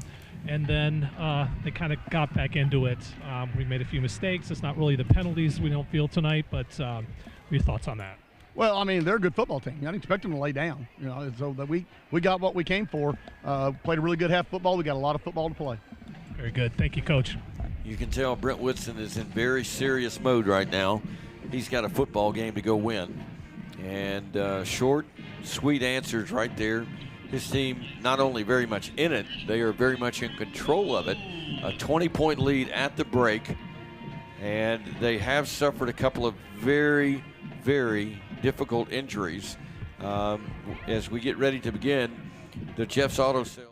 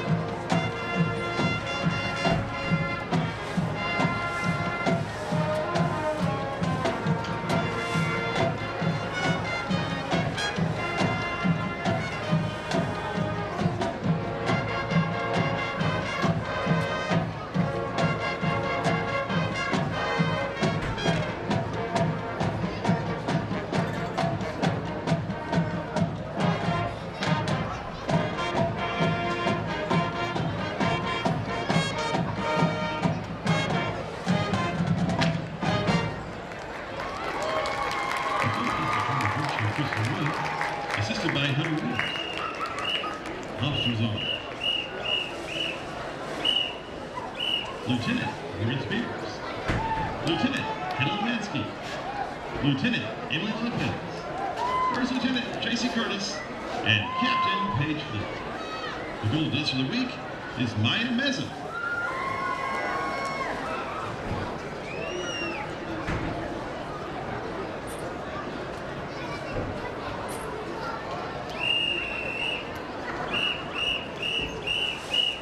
The Gold Dusters do the stringer routine tonight to the green hit, Grace Little Thing called up.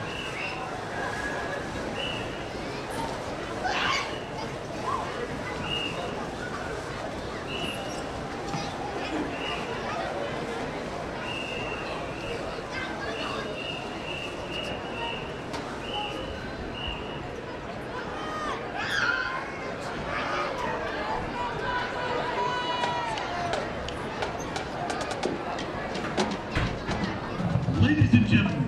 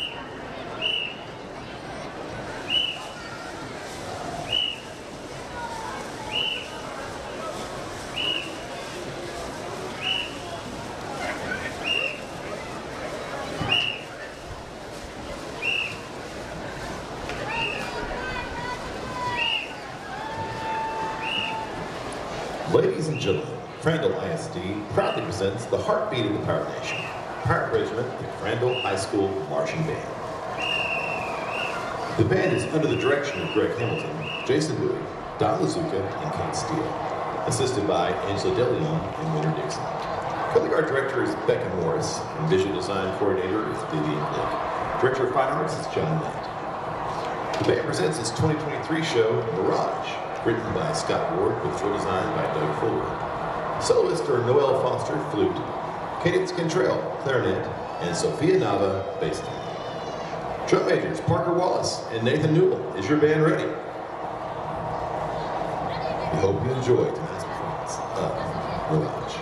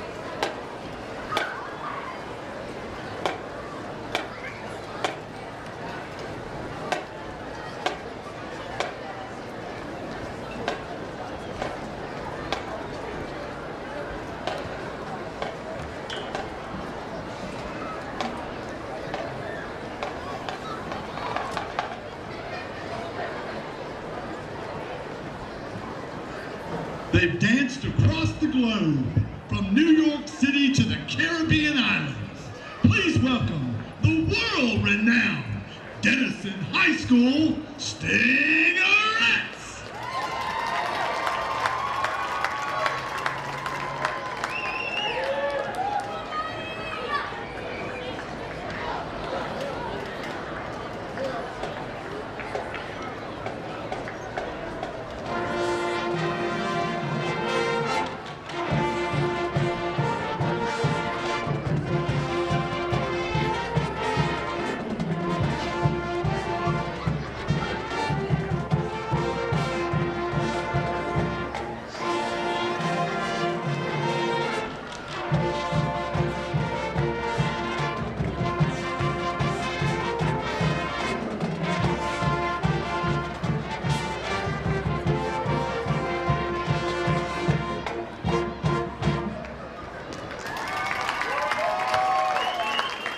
The officers from the Stingerettes are Lieutenants Lane Sparling, Estelle Shires, Hannah Moody, and Becca Brown. Head Lieutenant is Aubrey Means, and your Captain is Emerson Williams. Sergeant for the Stingerettes is Trinity Williams.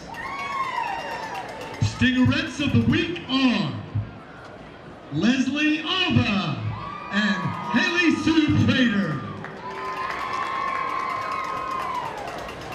Social Officers, President Kristen Sundberg, Public Relations Avery Pearson, and Spirit Chair Leslie Alba. Tonight the Stingerettes will be performing a palm routine to Made You Look. The Stingerettes want to dedicate this routine to our seniors that we love so much.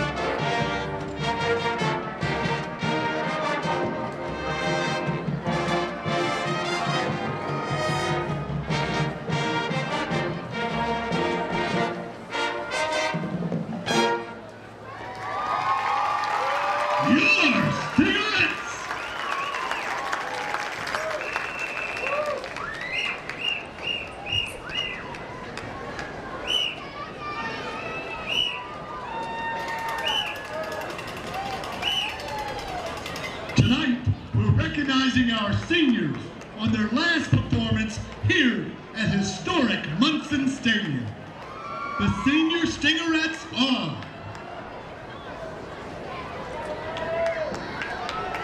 Becca Brown. Becca is escorted by Mike and Jennifer Brown and family. Aubrey Means, escorted by Annie and Becca Venable. Andrew Means and Ashley Glover and family. Malaya Reason, escorted by Jamie and Joey Reason and family.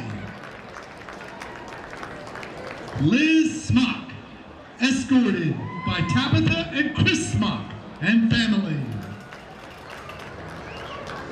Kristen Sunberg, escorted by Brianna and Chris Sunberg.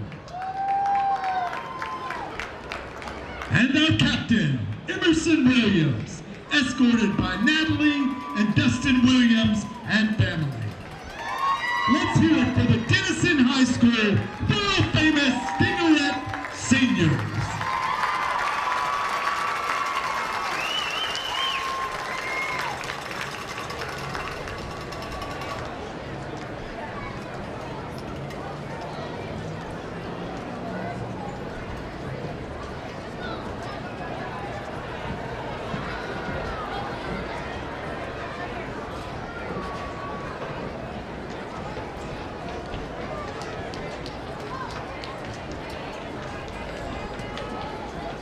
And now, ladies and gentlemen, we would like to recognize the seniors for your Touch of Gold band.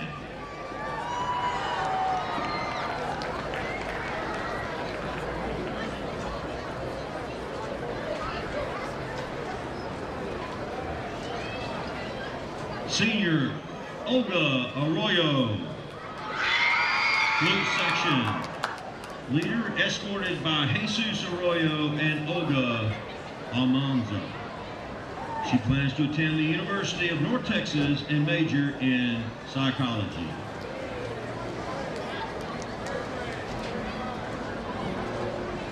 Lillian Atterbury, clarinet, escorted by Jessica Atterbury and Ryan Atterbury. She plans to attend the community college and then Texas Women's University.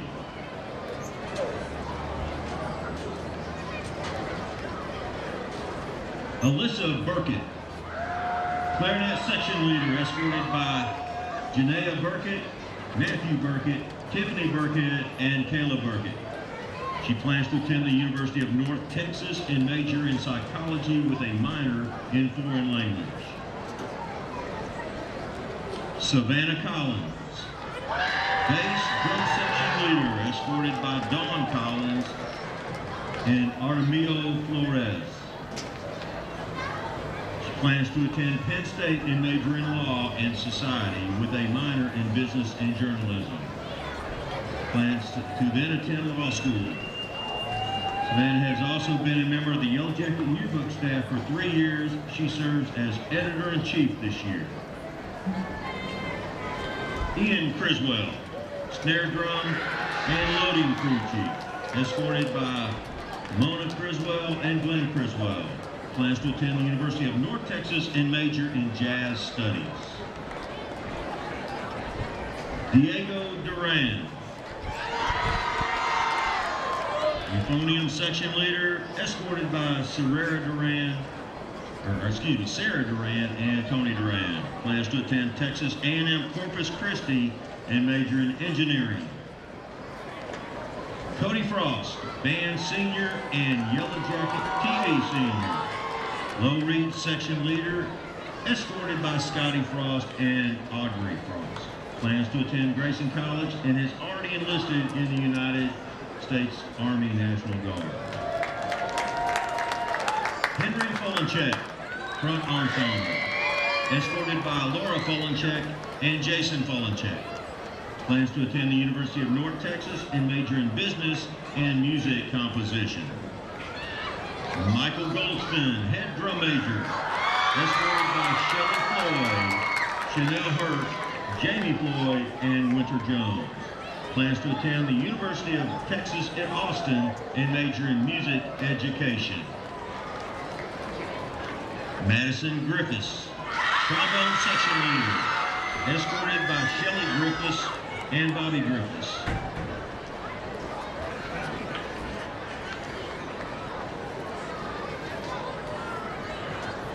He plans to attend a 4-year university and major in elementary education. Dominic Holcomb, color guard, escorted by Monica Smythe and Shannon Smythe. Plans to attend Louisiana State University and major in music with a minor in psychology. Dakota Kennedy, Alto sax leader, or section leader, escorted by Julia Kennedy, Mario Garcia, Mackenzie Kennedy, and Madison Kennedy. Plans to open his own landscaping business with his father. Jay Lewis, bass drum, escorted by Scott Winslow, Isaiah Lewis, and Cecilia Littrell. Plans to attend Prairie View A&M and major in electrical engineering. Ash Lewis, senior drum major, escorted by Evanel, sorry if I mispronounced that wrong, Francisco, Philippe Lewis, Nancy Francisco, and Chris Lewis. Plans to attend college and major in radiology and minor in jazz performance. Ash is also a member of the Yellow Jacket yearbook staff. She has participated in yearbook for 2 years. Gracie Max Insall, color guard, escorted by Christy Insall, Timothy Insall, Sarah Max, and Chris Max. Plans to attend Grayson College and then the University of Texas at Dallas and major in software engineering. Lexi Miller, color guard, escorted by Kathy Long and Scott Long. Plans to attend Grayson College.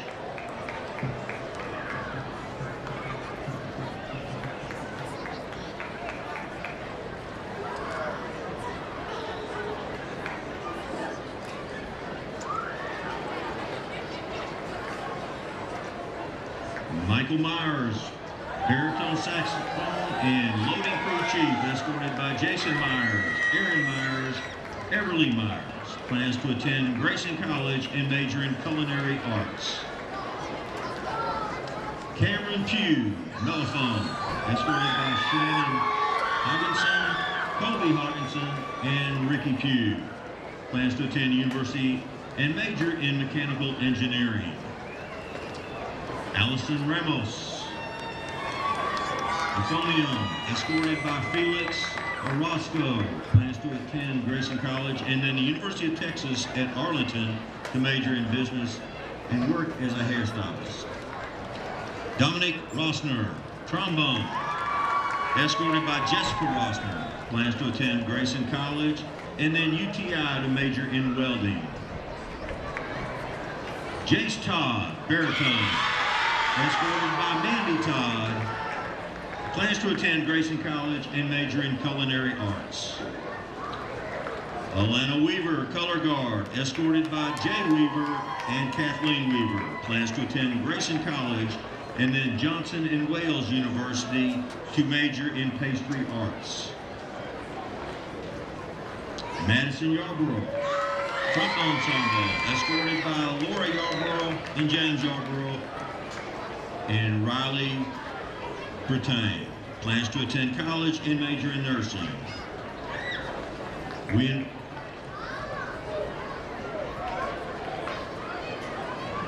Emma McConnell, snare drum section leader, escorted by Amy McConnell and Todd McConnell. Plans to attend the university and major in biomechanical sciences and then medical school to become a doctor.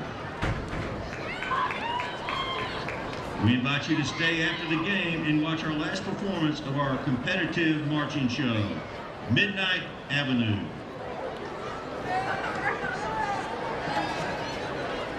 Now for our Yellow Jacket TV seniors, Carter Hayes, escorted by Jamie and Andrea Hayes. Carter has been a crew member of the Yellow Jacket TV team for 4 years, ran track for 4 years, and part of the robotics team for 3 years. After high school, Carter is joining the United States Marine Corps. Caden Harris, escorted by Jessica Stout. Caden is a founding member of Yellow Jacket TV and has served as a crew member for 3 years. He plans to attend Oklahoma State University and study sports media. Lily Topping, escorted by Archie and Jessica Topping. Lily has been a crew member on the Yellow Jacket TV team for 1 year and Jacket Update for 3 years. After high school, she plans to pursue her photography business full-time. Our Yellow Jacket yearbook seniors, Sydney Buback, escorted by Jeff and Donna Buback. Sydney has been a staff member on the Yellow Jacket yearbook for 2 years. She plans to attend a major in psychology at Grayson College. April Bello, escorted by Karina Bello. April has been on photography staff for 3 years. She plans to attend UT Arlington and major in drafting and design. Elle Morris, escorted by Scott and Courtney Morris. This is Elle's first year on photography staff. She plans to major in photography at Texas Tech. Ladies and gentlemen, let's give all these seniors a big round of applause for all their hard work and dedication to help your Yellow Jacket programs be as successful as they are.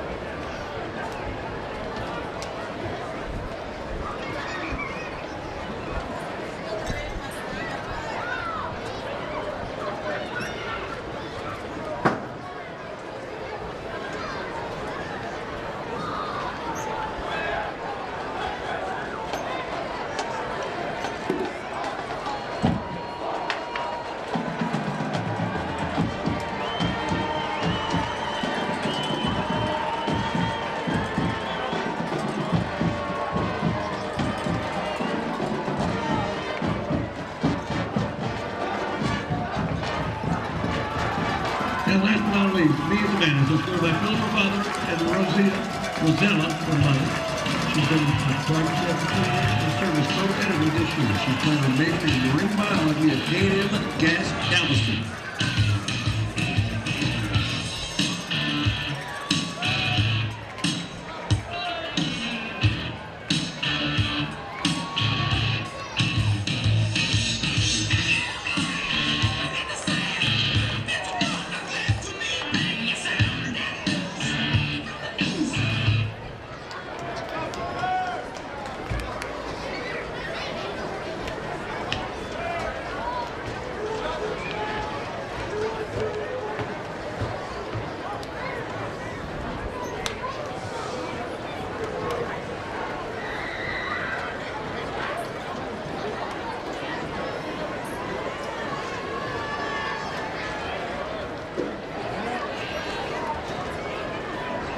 Into the 6th inning, Arizona 5, Texas 3.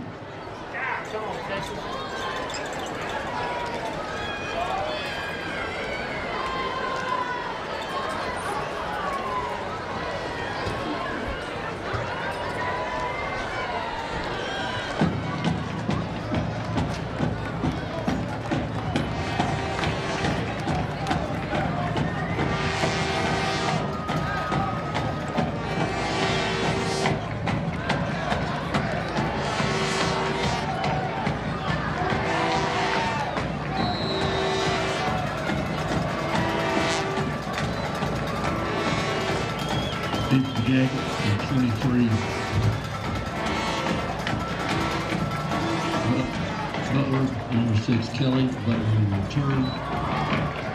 To the 8, the 10, the 15, the 20, comes near side. He gets out near the 30-yard line. Big collision there on the corner, and the Yellow Jackets will see Butler return it from the 8-yard line all the way out to the 31.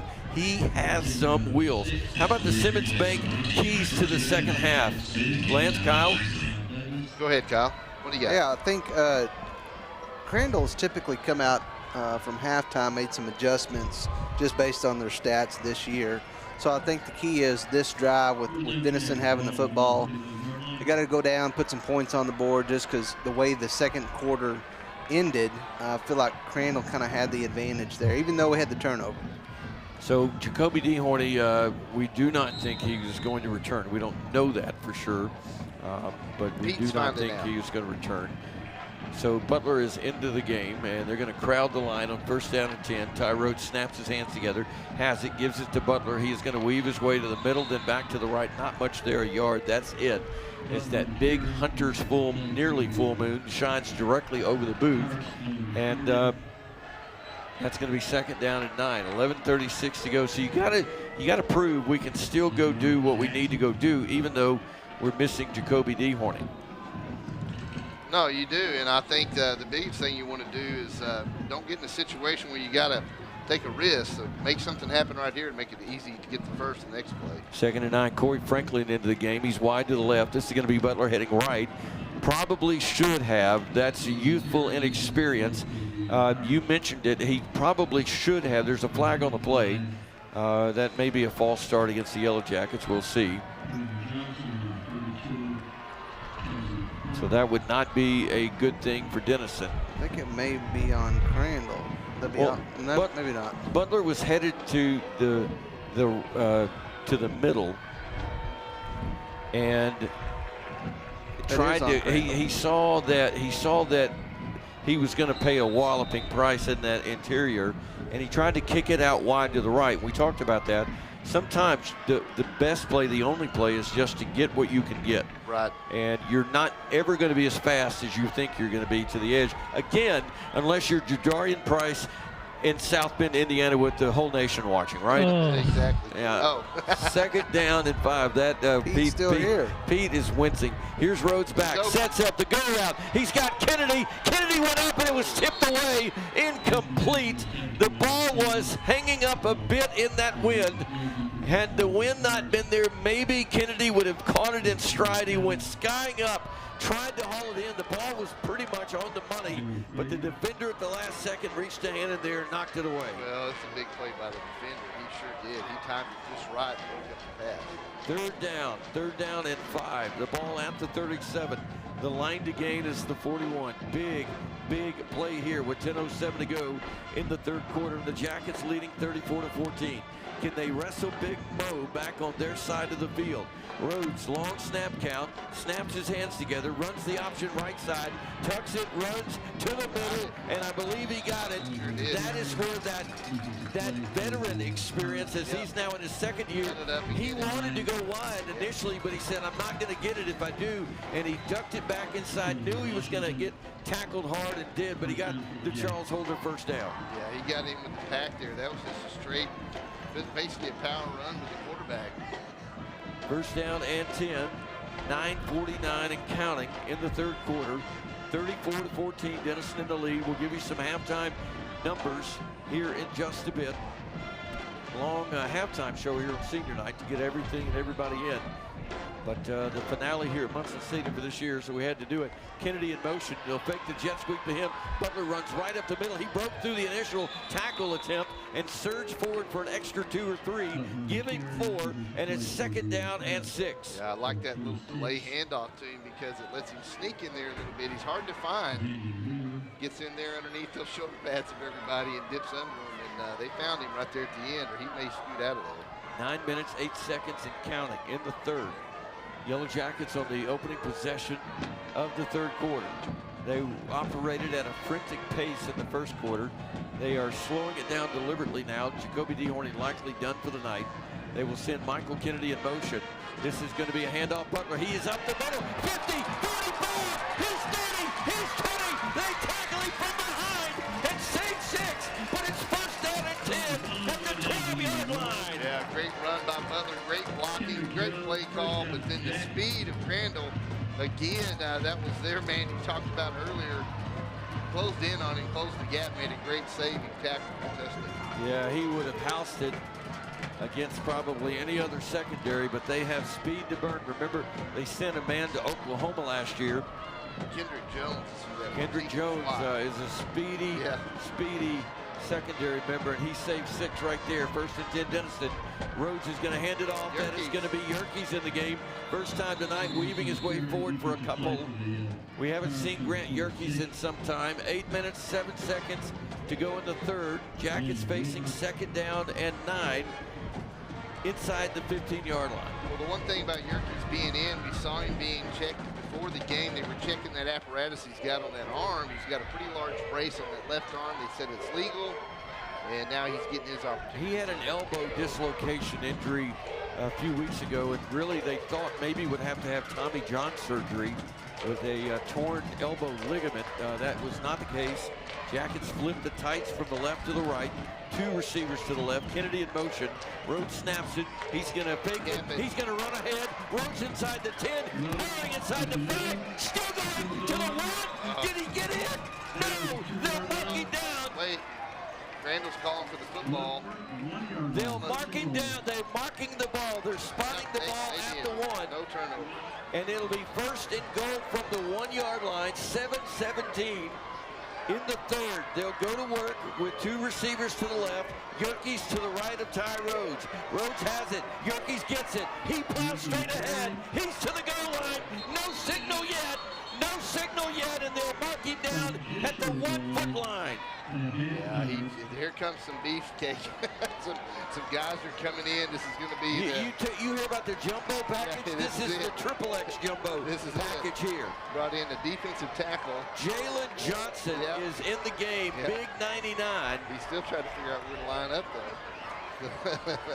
2nd and goal from the 1-foot line. Line up, just give him the ball. 34-14, 6:35 to go in the 3rd. Okay, fellas, we're going left. Yerkes is to the left of Ty Rhodes.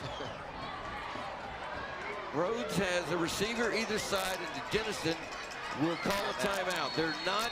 They're not ready to run this play. There was some confusion. They'll take a timeout. We'll join them. 6:21 to go in the 3rd. Jackets knocking on the door. We're back after this on YJTV at 93.1.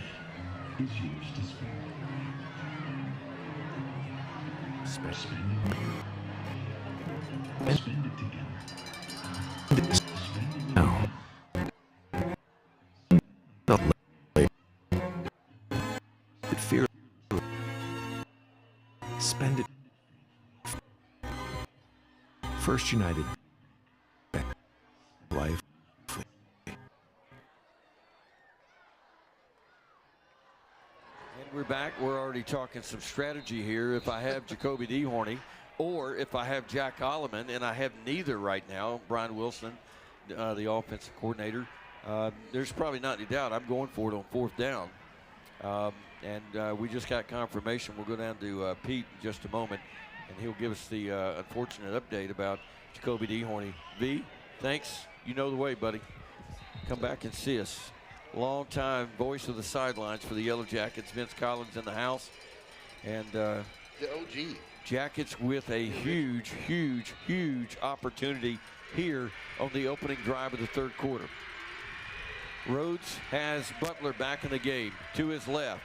And this is going to be Butler. He gets it, goes right, strolls untouched behind the blocking of Jackson Bridges and Mason Mandrell pushing left, and Alex Vogel shoving right. And Mr. Butler said, daylight, baby, I'll take it. Yeah, Butler gets the touchdown, but the offensive line gets all the credit. My goodness, I think I could have gone. That was Moses at the Red Sea right there. Yep, he walked in. He did indeed, and the Jackets have 40 on the board, and they're Matty Ice PAT away from making it 41. Kick is up. Kick is good. Timeout on the field. The Jackets take the ball to begin the 2nd half. How about a nearly 6-minute opening drive with a touchdown to extend the lead to 41-14 back at Munson right after this. Yeah, that's a good recipe right there.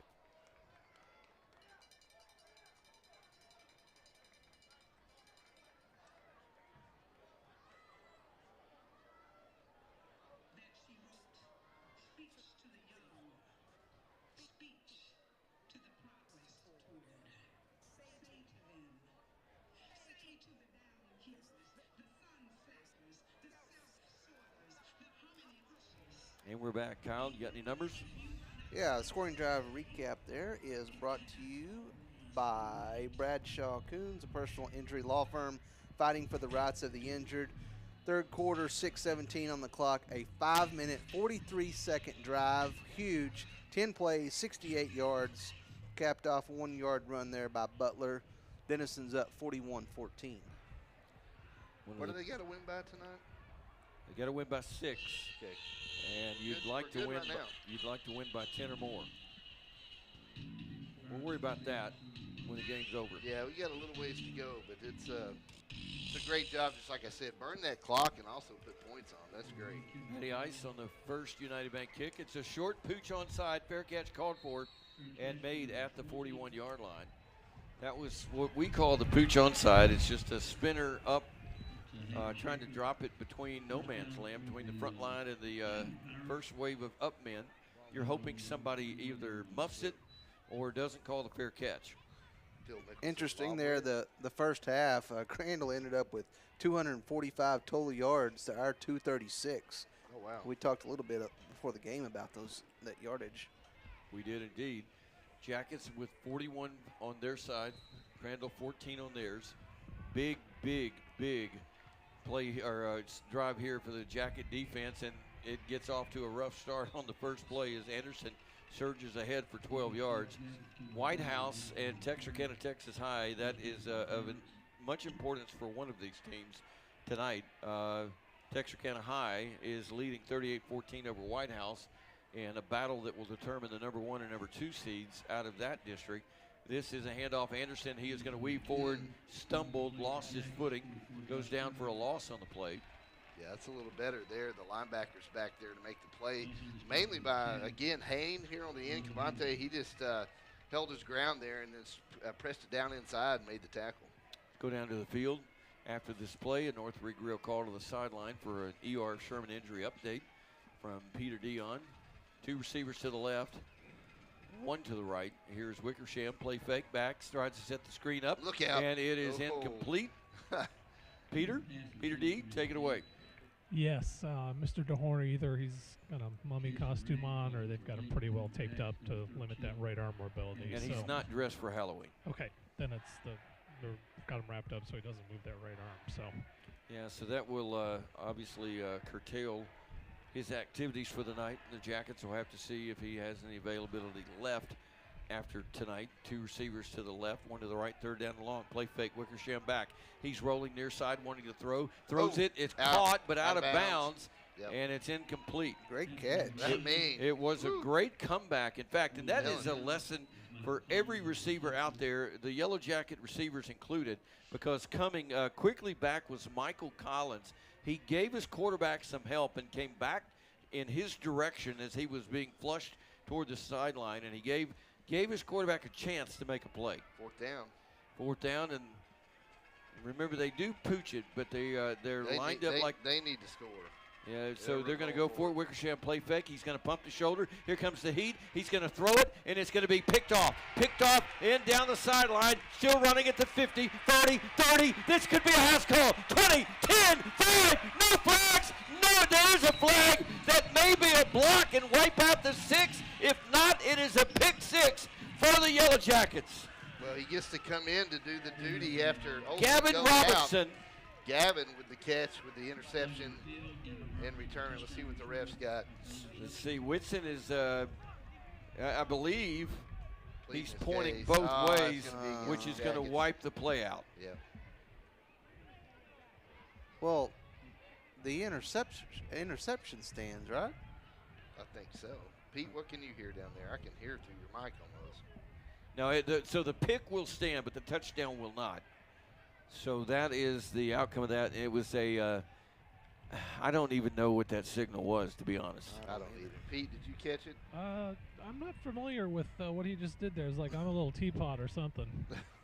Yeah, that's in the advanced officiating Pete, manual. I'm looking at that guy now, and he is a little teapot. Hey, just with his arms and stuff, you know. I hope they don't show a sideline replay of that because okay. All right, so Pete, did you go down? No. I'm just saying that if they had seen that, he may have. So Pete, we're going to start talking Halloween here in a moment. Oh, okay, perfect. 2 receivers to the right, nobody to the left. Butler in the backfield. Benson flips from the right tight to the left. Kennedy in motion across the formation. Butler gets it, sweeping right, cutting it back to the middle. Broke a tackle, trying to break another one. He got very good positive yardage on that one. He's still going. The ball popped free, but way after the fact. It's going to be a 5-yard gain and set up 2nd down at 5. I'm not going to say the game would be over, but a touchdown here would be just absolutely enormous for the Yellow Jackets. Well, any score, actually. I would even take the 3 points. You want a field goal. You keep rooting for it up there, Lance. Well, okay. Points, baby, points. Sometimes it's going to come down to field goal, and you need to kick them when you got an opportunity to Okay, grab against them. the wind and everything. I hear Remember, it's not just winning, it's winning by the right amount tonight. right. 2 receivers left, Kennedy in motion from left to right. This is Butler. He's weaving to the middle of the field. He's going to get 2, maybe 3 yards. 3rd down and short coming up for the Jackets. Clock moving, 3:58 and counting in the 3rd quarter. 41-14, Jackets in the lead. They need a long 3 yards here. Move the chains. That's what they need to do. Move the chains. Keep that clock running. Clock running. Not surprised they're not taking it under 10 seconds. So the each play. touchdown is huge, but a Charles Holder first down is equally important. Right. 3:30 and counting in the 3rd. Haven't seen Yerke. Yerke's is there ready to be called in, so he's still on the 3rd down, sideline. 3 yards to go. Ball at the 35. Line to gain is the 32. Quarterback. Kennedy in motion. Rhodes is going to follow his block. Tries to get to the edge. He's going to turn it up. He's going to be right near the mark. It's going to depend if it's a left or right foot spot. He got the wrong spot. It's going to be 4th and inches. 4th down and inches for the Yellow Jackets. He needed one more foot. I think Coach goes for it. I think so, too. So this is a mega monumental moment for the Jackets right here. 2:55 and counting in the 3rd, leading 41-14. Tell them to huddle up because they've got some time, but you don't want to. I guess you could take the timeout, but you don't want to. They're taking. Okay, it's getting to 10 seconds now, and they're not out of their huddle. All right, so they're going to go quickly. They're going to get up under center. Rhodes will. The push. And here's the push, and he is not going to get a timeout call. Timeout, Denison. It's a good thing they called the timeout because on that he wasn't going to get it. Well, it was the snap. He didn't get the snap good. So we'll join him back in a moment on 93.1 and YJTV.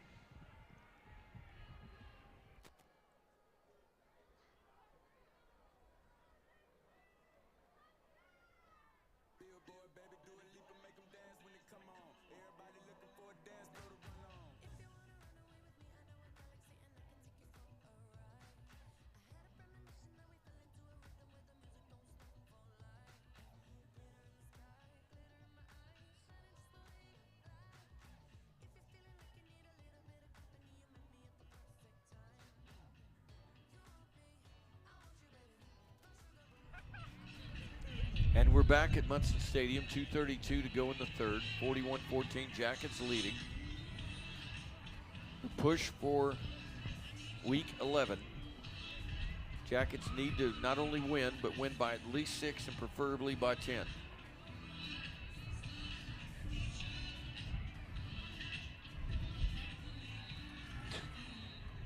Tense moments here at Munson Stadium. 4th down and inches. You got here. They're going to line up and they're going to go jumbo look here. Everybody is in tight. The tush push, the Jackets version of the tush push. 2 backs behind Rhodes. He's going to surge forward, and he did not get it. He did not get it. This guy over here gave him something, but boy, he didn't get anything on the other side. Yeah, he did not, and he's going to be short. Well, this other guy needs to come in and. Nope, Crandall's held. Wow. That's pretty poor. Not the play. I'm talking about this other line judge. Yeah, he was way off. Yeah, he's got him another yard up, and he's not even going to go in and argue his point. Can we come up with a better name for that play, too, by the way? That always makes me really uncomfortable. I don't like it. You don't? Okay. We'll work on that, Pete. You're down there on the sideline. Tell one of those coaches. Not it. Not it. Go ahead. First down and 10, Denison. First down and 10, Crandle, the ball at the 33-yard line. And they'll go to work with a lot of work to do. 2:16 to go, a man in motion out of the backfield. They had 2 backs in the backfield. This is Wickersham, back to pass, sidesteps the pressure, throws over the middle. Caught Smith, he's off to the races. 30, 20, 10, 5, no flags. Touchdown.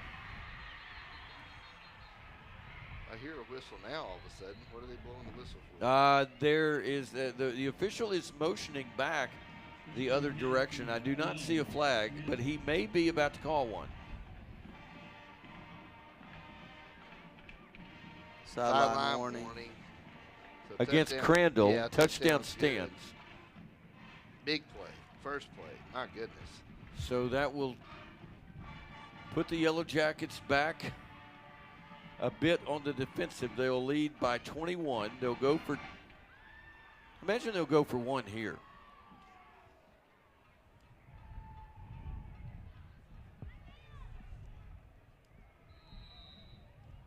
That was quite deflating. Yeah, I don't know why we get into don't give up the big play. We talked about that early. Can get you in trouble. in you're these missing games. your starting free safety right now. You are. They'll go for two, man in motion. Wickersham's going to throw wide open, caught, 2 points. 41-22, 2:06 to go. Remember, it's not only Denison that needs to win by a certain margin.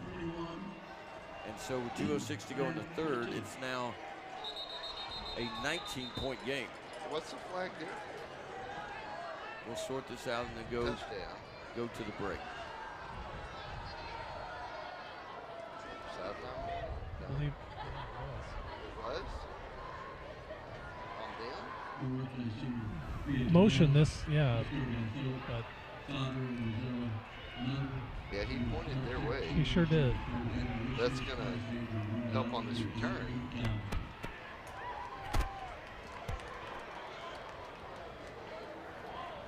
So we're still waiting to sort it out.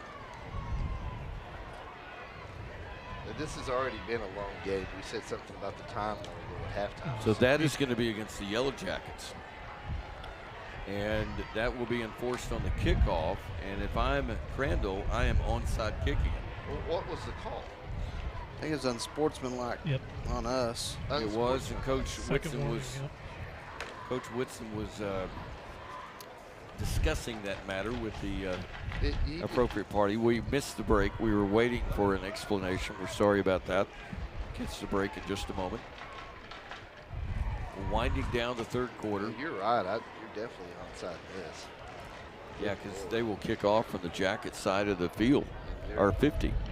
I mean, I'm not knocking the guys on the front, but these aren't good hands guys up front. If you're talking about special teams players. I'm going to be honest. Half your good hands guys are on the injury list right now. Well, they're back here is all I'm saying. You got Michael Kennedy, you got Kenny Kelly back here.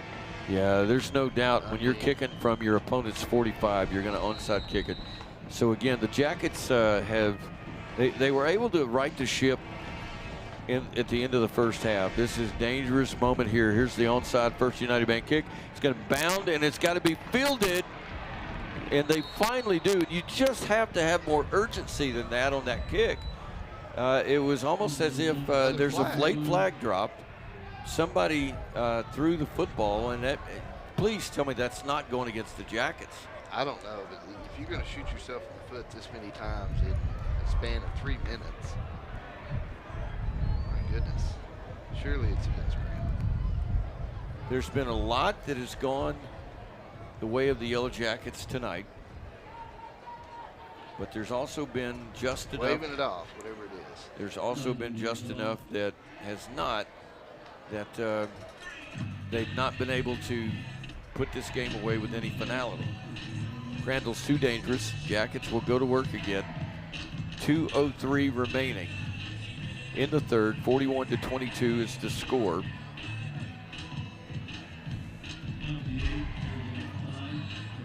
Brent Whitson getting an explanation. Well, the flag got picked up, so there's no penalty. Jackets start So 15 here.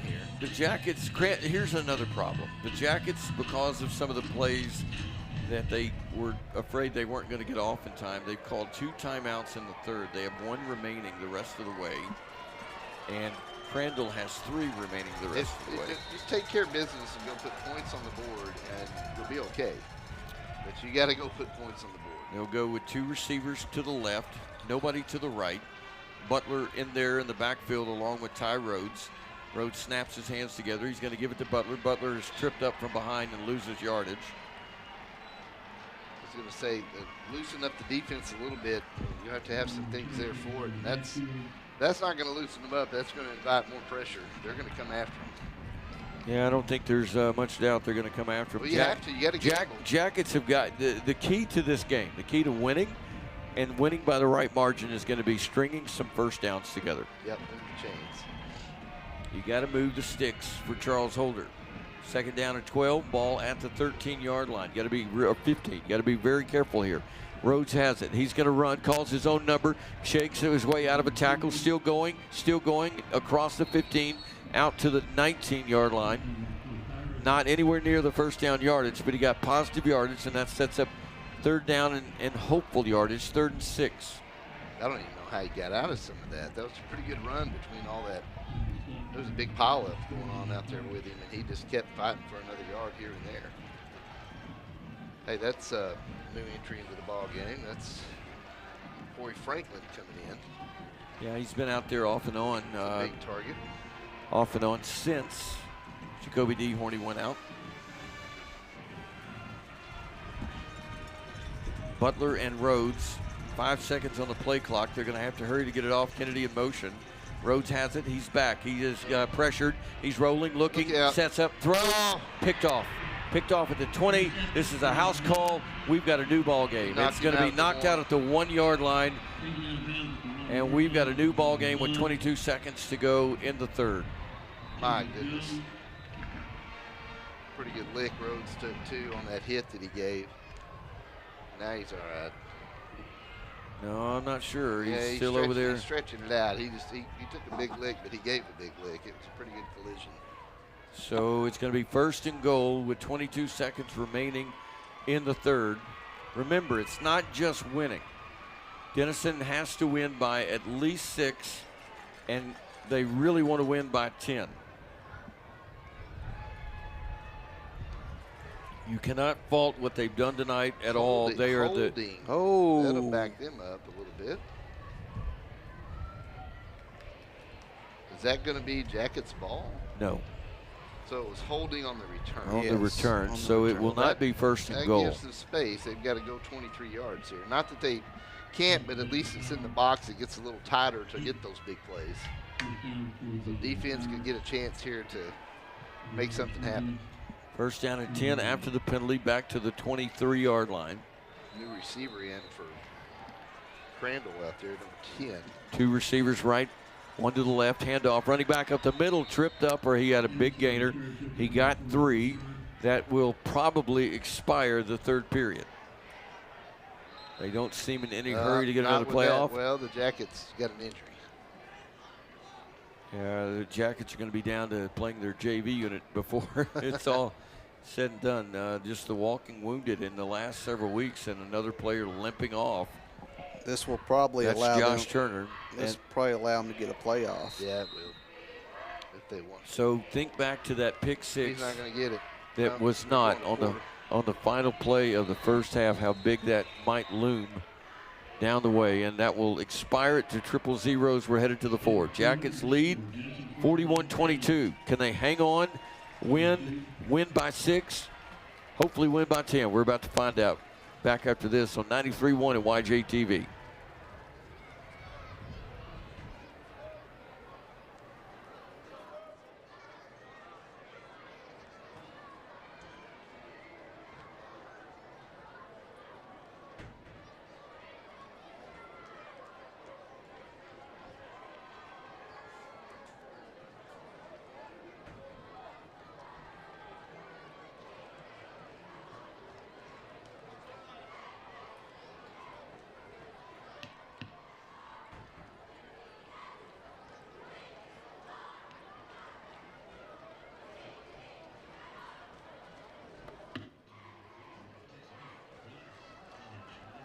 Back 12 minutes separate one of these teams from the postseason. Denison would not clinch with a win tonight. They would still have to defeat Mesquite Poteet next week, but Poteet is winless so far on the season. So it's going to be 2nd down and 6 from the 20-yard line. Defense needs a turn.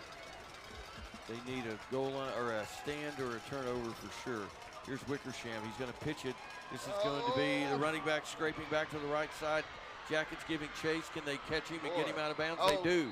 They stop him and stop him 2, maybe 3 yards short of the marker. No flag, was there? No flag. There's That a flag. was nearly There's Where? a flag. Back Back judge judge threw it, threw yep. it. He The threw it back about judge? 30 yards. To over there? He threw it to the middle of the field. Yeah, that could be a hold against them, and they're acting like it is. Kenyon says it is.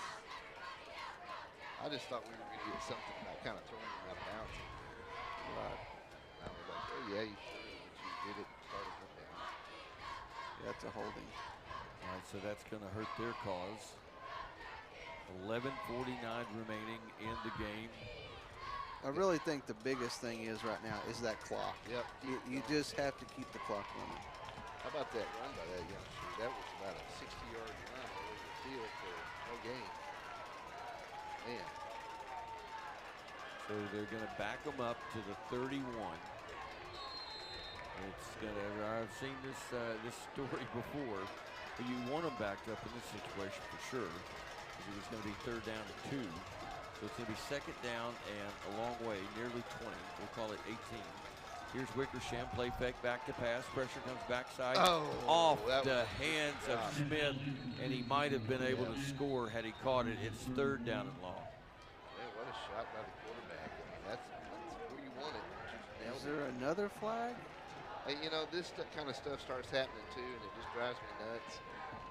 I mean, you just can't. Yep, there is a flag, and the Jackets are pushing one of their players back, and I'm afraid they're going to get called for an unsportsmanlike conduct. I think he was just holding. He's upset about getting hold probably. He held up the receiver right there. I don't think he's unsportsmanlike. I think he's just pretty vocal about, hey, I didn't hold. We'll see. They're not getting in any hurry. I know, it's taking forever. These guys. It's against Crandle. Yeah, it sure is. So a push off on them. How about that, sports fans? Pass interference against them. I don't know how that is. It had to be something on that far side, but it was declined. So that's going to make it 3rd down and 18.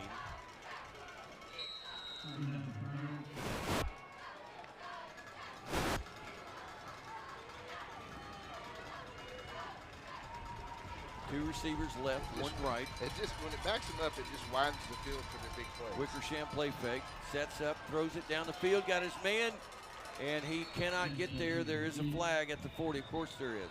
That's on Crandall. False start. That'll be declined and make it 4th and 18. There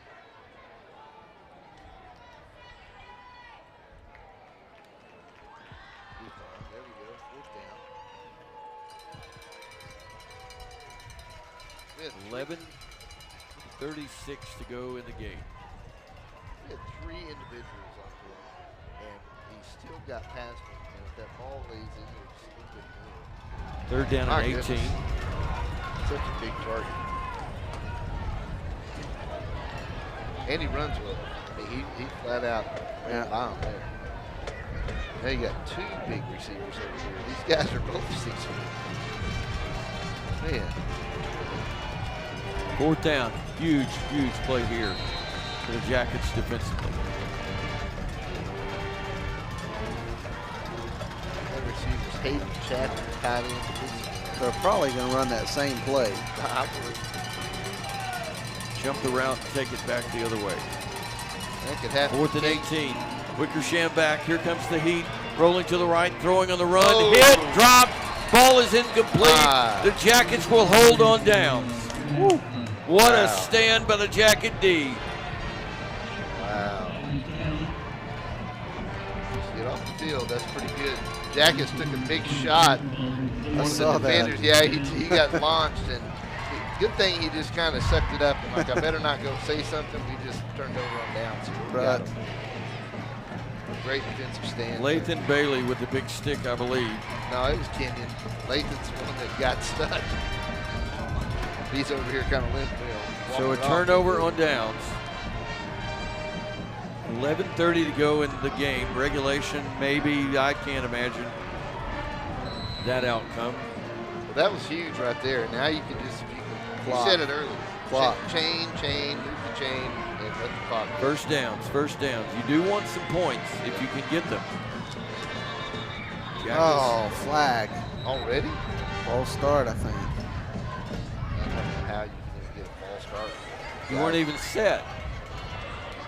Well, the back judge was over the football score. Illegal substitution by the Yellow Jackets. They had a player late in getting off, and they set at the line before he could get off. They got a man down, right? Who's that? No. I thought somebody was doing a cramp out there.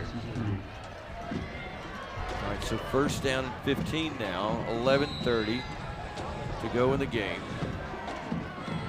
Jackets leading 41-22. Need to win by 6, want to win by 10. Here's Rhodes, he's gonna give it. This is Butler trying to get to the edge. He's gonna duck it back inside, and he's gonna keep pushing his way forward. He got most of the 5 yards back. In fact, I believe he got it all back. They'll mark it at the original line of scrimmage, and it's gonna be 2nd down and 10 from there. Clock moving, 11-12. Ned Burkhead, Lance Sam Millen, Kyle Hubert, Pete Dion with you on YJTV and 93.1. What a game. Jackets trying to punch their postseason ticket for the first time since Brent Whitson's first year in 2021. They're letting the clock definitely milk down. They need to go ahead and start working on the play here. You've got 7 and 5. Coaches need to watch the clock. Rhodes will snap his hands, gives it to Butler, weaving his way forward, and they're just teeing off on the run right now. You got a lineman limping now. Jeez. I'm telling you, I've never seen such a spade of injuries as the Jackets have endured over the last 2 or 3 weeks. That's an ankle, I believe. Nobody's gone out there for him yet. It's Caleb Akins, I believe, that has hobbled off, and he is in quite a bit of discomfort. They better get a lineman out there for him. Remember, they only have one timeout. They're going to have to take it. They're going to have to take another. They've only got one remaining. Well, they're going to have to take another. They don't get 15 down to 10. You got to get to the line. You got 7 seconds. 5. You got a play clock staring at you. Ty Rhodes is going to snap his hands together, snap them together. He got it. He wanted it, didn't get it. He's back to pass, sets up, and he's hit from behind and sacked. He's lucky he didn't get the fumble. That came from behind when he swiped down on you, and he was able to hang on to the football. So at least they get to live and kick the ball away and play defense. And somebody is gingerly getting up there, and that's Ty Rhodes. Yeah. He's very upset with himself. As a quarterback, you've got to have the internal clock. That's it. You want to get rid of the football. But he also wanted a first down because that would have been really big. Right. So they're going to send back deep. Kendrick Jones. Matty Ice is going to stand at the 15. Matty's ever kicked 160. He needs to do it here. He's got a good wind. They've got their return on, it looks like. He's dangerous. Here's the snap. Not much pressure. Boots it. What a kick. It is going back, and it's going to bounce at the 25. The return man is going back inside the 15. It's going to roll down and die at the 12 or the 13-yard line. Make it the 12. Matty Ice. That's a star of the game moment. 59 if the Jackets can hang on, your season long, a 59-yard punt. Wow. With 8:51 to go in the game. Yeah, that's the time to dial it up. I said 60, 59. There you I'll go. take it.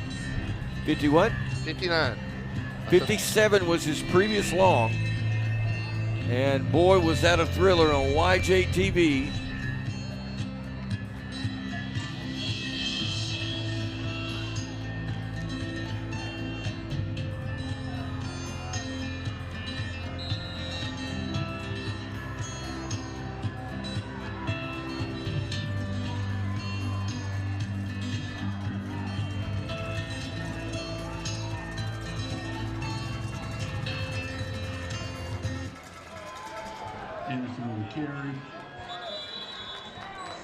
Maybe the 14, 2nd and long coming up, the clock running, 8:41 and counting. Yeah, they fooled me running the football there. I'm glad they didn't fool the Jackets. I figured you're throwing from here on. Keep that clock the best you can. And they've got 270 yards in the air versus 58 on the ground tonight. Just trying to keep them honest, I think. This is going to be Wickersham, play fake. Here comes the pressure. He's going to flush. He's going to throw it underneath. It's going to be caught. Tackled, but not before the first down is made. That is going to be the running back, and that is not going to be Anderson. It's going to be Jones. So it's going to be a Charles Holder first down. Clock moving at 8:13 to go in the game. 41-21, Denison leads. They want to win. They want to win by 6. They'd love to win by 10. 2 receivers left, including Smith. Play fake. Here's Wickersham back. Throws. Almost picked off on the corner, and the Yellow Jacket defender just couldn't quite get high enough. It's either Kenyon Kelly or always have trouble. It's Kenyon. Man. He got his hands on it, and had he gotten his hands on it and come down with it, it was over. But it was just a little bit too high. It's pretty hot, too. But what a big league play by Kenyon Kelly. 2nd and 10. 2 receivers left, 1 right. Wickersham back. Here come the Jackets. They're setting the screen up. They got him, and they're going to wrestle him to the boundary. Wrestling to the boundary, and the Jackets have got to be careful. They're being very violent and aggressive tonight. You love that, but you're getting close to that official reaching to the back pocket. 3rd down. 4 down territory, probably for Crandall with 7:36 and counting. That was Lathan Bailey staying home and covering that screen. You did a great job. That's hard to do. 3rd and 7. You want to be looking deeper. He just stayed there. Line to gain is the 35, ball at the 28. 3rd and 7. 2 receivers stacked to the left, 1 to the right. Play fake, Wickersham. Here comes the heat. He is up. They almost got him. He's going to get the ball away, and it's going to be incomplete. It's going to be no. They are not really going to catch. No way is that a catch. They've got to get it. Oh my goodness, that was not a catch. Just so they can hear us erupt. Oh my. Man. They're going to rule the catch, and they're going to rule the first down. Hope somebody, they're talking. Hope somebody back here said, I saw it bounce over this side. We saw it bounce from our vantage point clearly. They're going to let it stand. My goodness. Golly. That's a penalty against Denison. Roughing the passer. Oh my goodness. I knew we were closing in on it. We were on top of it. Threw it. 7:08 to go in the game. 41-21. Or 22. So that is a 19-point lead. The Jackets have 9 points to play with. 15 there. Oh goodness.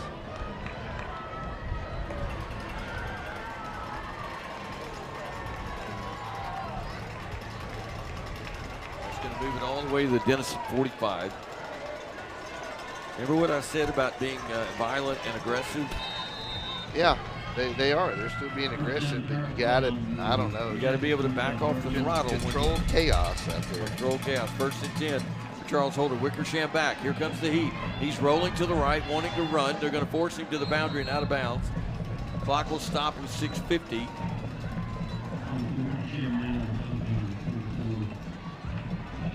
And it'll be a gain of 1. 2nd and 9 coming up.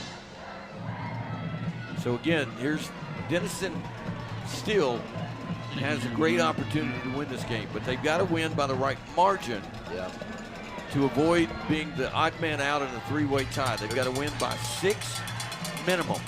They need to win by 10 to get the 3rd seed. Here's Wickersham back. Here comes the pressure backside. He is going to be throwing the ball on the run and overcooked it. He had a man wide open, but he was being chased under severe duress by, I believe that was Cavante Hain, and it was. He knows he missed it right there. He knows full well. 3rd down and 9. Lathan playing it with him a little bit. And they're actually kind of patting each other. So you know, the Jackets got to him several times in the first half, but they have not been able to get to him at all in the second half. They've been able to make him run. Well, they're all over him, though. You're right. 3rd down and 9 from the 44 of Denison. Jackets lead 41-22. Crandle, 2 receivers left, including Smith. 1 man to the right. Handoff up the middle. Anderson, Price tackles short of the first down, but just barely. It'll be 4th and 1. 4 down territory. They may try to do a hurry up here on the Jackets, trying to get a defensive unit in. They're coming to the line. Get ready. 2 receivers left, 1 right. Take it from the shotgun. 4th and 1. They got him. They stop him. It's a stand again. The ball will go over on downs. His Case is tackled 2 yards behind the line of scrimmage. It was a direct snap to him. And the Jackets were all over. Didn't get fooled at all. What a great stand right there. Great play. Is that Shepard? It was a Mondre Shepard. Wow. They did a direct snap to Anderson. And they were just all over. Was that Anderson or Price? It was Anderson.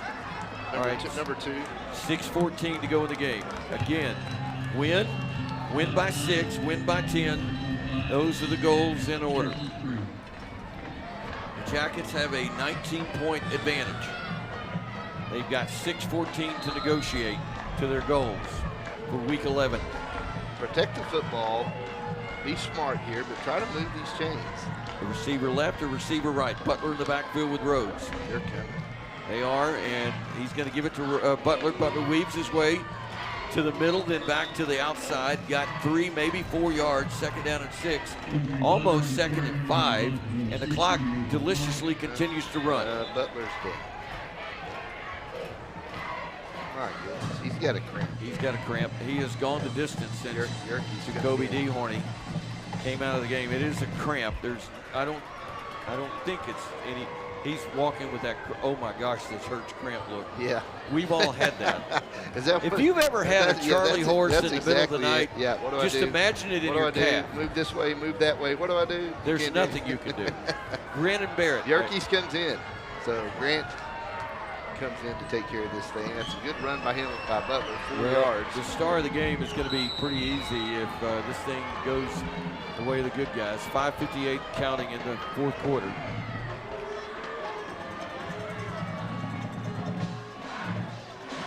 Taking the time off that clock. Ty Rhodes really managing the clock well. He's got that big red play clock in front of him. He's got 5 seconds. He's watching it.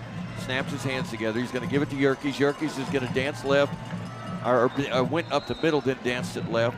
And 2nd and 6 is going to be 3rd and 5. How did he come out on the other side of that pileup on the ground like nothing happened?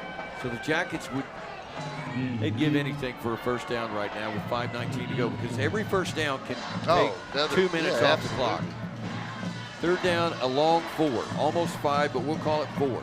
The ball is on the 44. The line to gain is the 48-yard line. Can the Jackets make it to the postseason since 2021?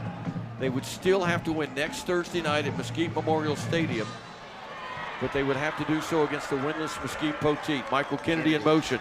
This is Rhodes, calls his own number, looks for a block, he gets one. There's a flag on the play. First down for Rhodes, but it's going to be a hold against the Yellow Jackets. I like when it's a hold that's like 20 yards away from the play. Had nothing to do with an impact on the play. Well, the good news is the clock did run a few more seconds. It did. Off. But again, he's talking to a right tackle. The play went way outside the lefty end. Right tackle is just kind of holding somebody up backside, gets a flag. Jackets are going to send. Goodness. They're going to send some new face, or a new face into the game. Moving in there, or going in there for Denison, is going to be Elihu Gilmore. So that's going to make it 3rd down and 12. 4:42, and the clock will start moving. 3rd down and right around 13 yards to go. 3rd and 13. I said 12, but it's closer to 13. The line to gain is the 48. And now you're in a situation where you probably run the football. If you throw it, no interception. 5 seconds to go on the play clock. They're going to have to hurry, and they just get it off. Rhodes is going to run, and he's going to be sandwiched and stopped way short of the first down, but that's not the point. The point is they're going to make the clock continue to run. No flag. There's no flags. They're going to be able to run it down inside of 4 minutes before Matty Ice has to kick it away. Pete, you still with us? I'm here, but am I hallucinating, or is like Winnie the Pooh on the far sideline over there? What is happening? It's Halloween. Tell us some Halloween stories. Oh, so short. Okay, I'm going to ask you guys, what was your favorite Halloween costume when you were a kid? We'll come back to that in just a moment. Matty Ice standing at his 20-yard line. I'm kind of surprised they're not coming after this. Maybe they are. Straight out. They've got Price back to receive it, not Jadarian Price, Jones rather. Here's Matty Ice. They're coming. They got him. Flag! That could be roughing the punter, and it would be an automatic first down. The ball is going to bound down to the 18-yard line. The Jackets will down it there. That's going to be roughing the kicker. Personal foul, automatic first down. Denison will retain the football. Yeah, I saw Brent Vincent give the signal early that we got a first down, boys, because he asked the ref, is it going to be first or not? And he got that first down signal, and he started cheering. Wow. That's huge. Yeah, he looked a little bit like, I'm gonna name drop here, Kyle, sorry, but it kind of fits the moment. Steve Sarkisian against Nick Saban in Alabama. They got down to a key moment there at the end of the game in Alabama. They drew him off sides, and he was unabated to the quarterback.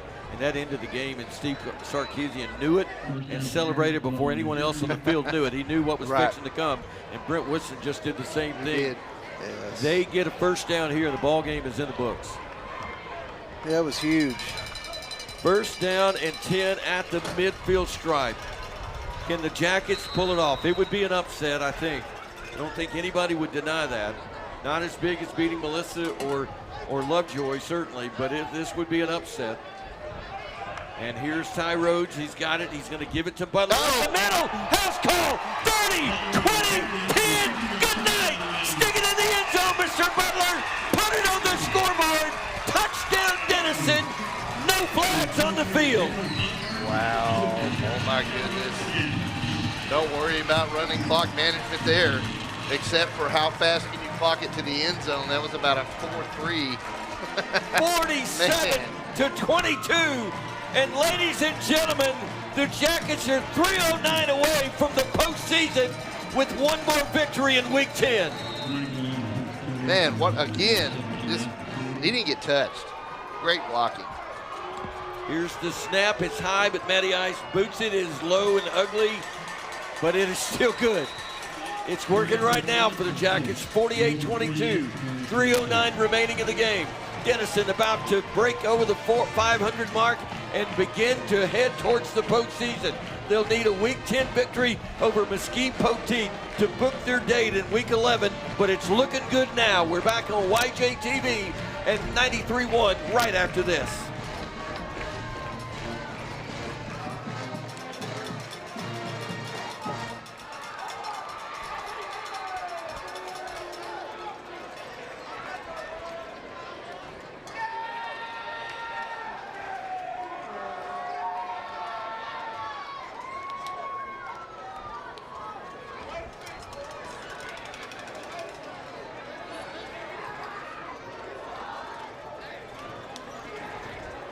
I think in our excitement and haste, we have neglected to give you a few Bradshaw Coons personal injury firm, our law firm for the injured scoring drive recaps. And the Yellow Jackets, they've been injured tonight, but they're looking good on the scoreboard right now. Kyle? For sure. In the fourth quarter, 3:09 on the clock, 2:58 ran off the clock, 6 plays, 62 yards. But the 50-yard run there by Butler, Denison's up 48-22. Remember, he had a 56-yarder against Princeton a week ago, but that did not go to the house as he was drugged down from behind around the 10-yard line. That time, no one was going to catch him. And Lance mentioned it, the line there, I mean, definitely did their jobs. First United Bank kick, Squibber taken at the 30 by an up man. He's going to get to the sideline and popped out of bounds around the 40-yard line, and that's where Crandle will go to work. With 3:06 to go, and they're going to need a miracle at this point.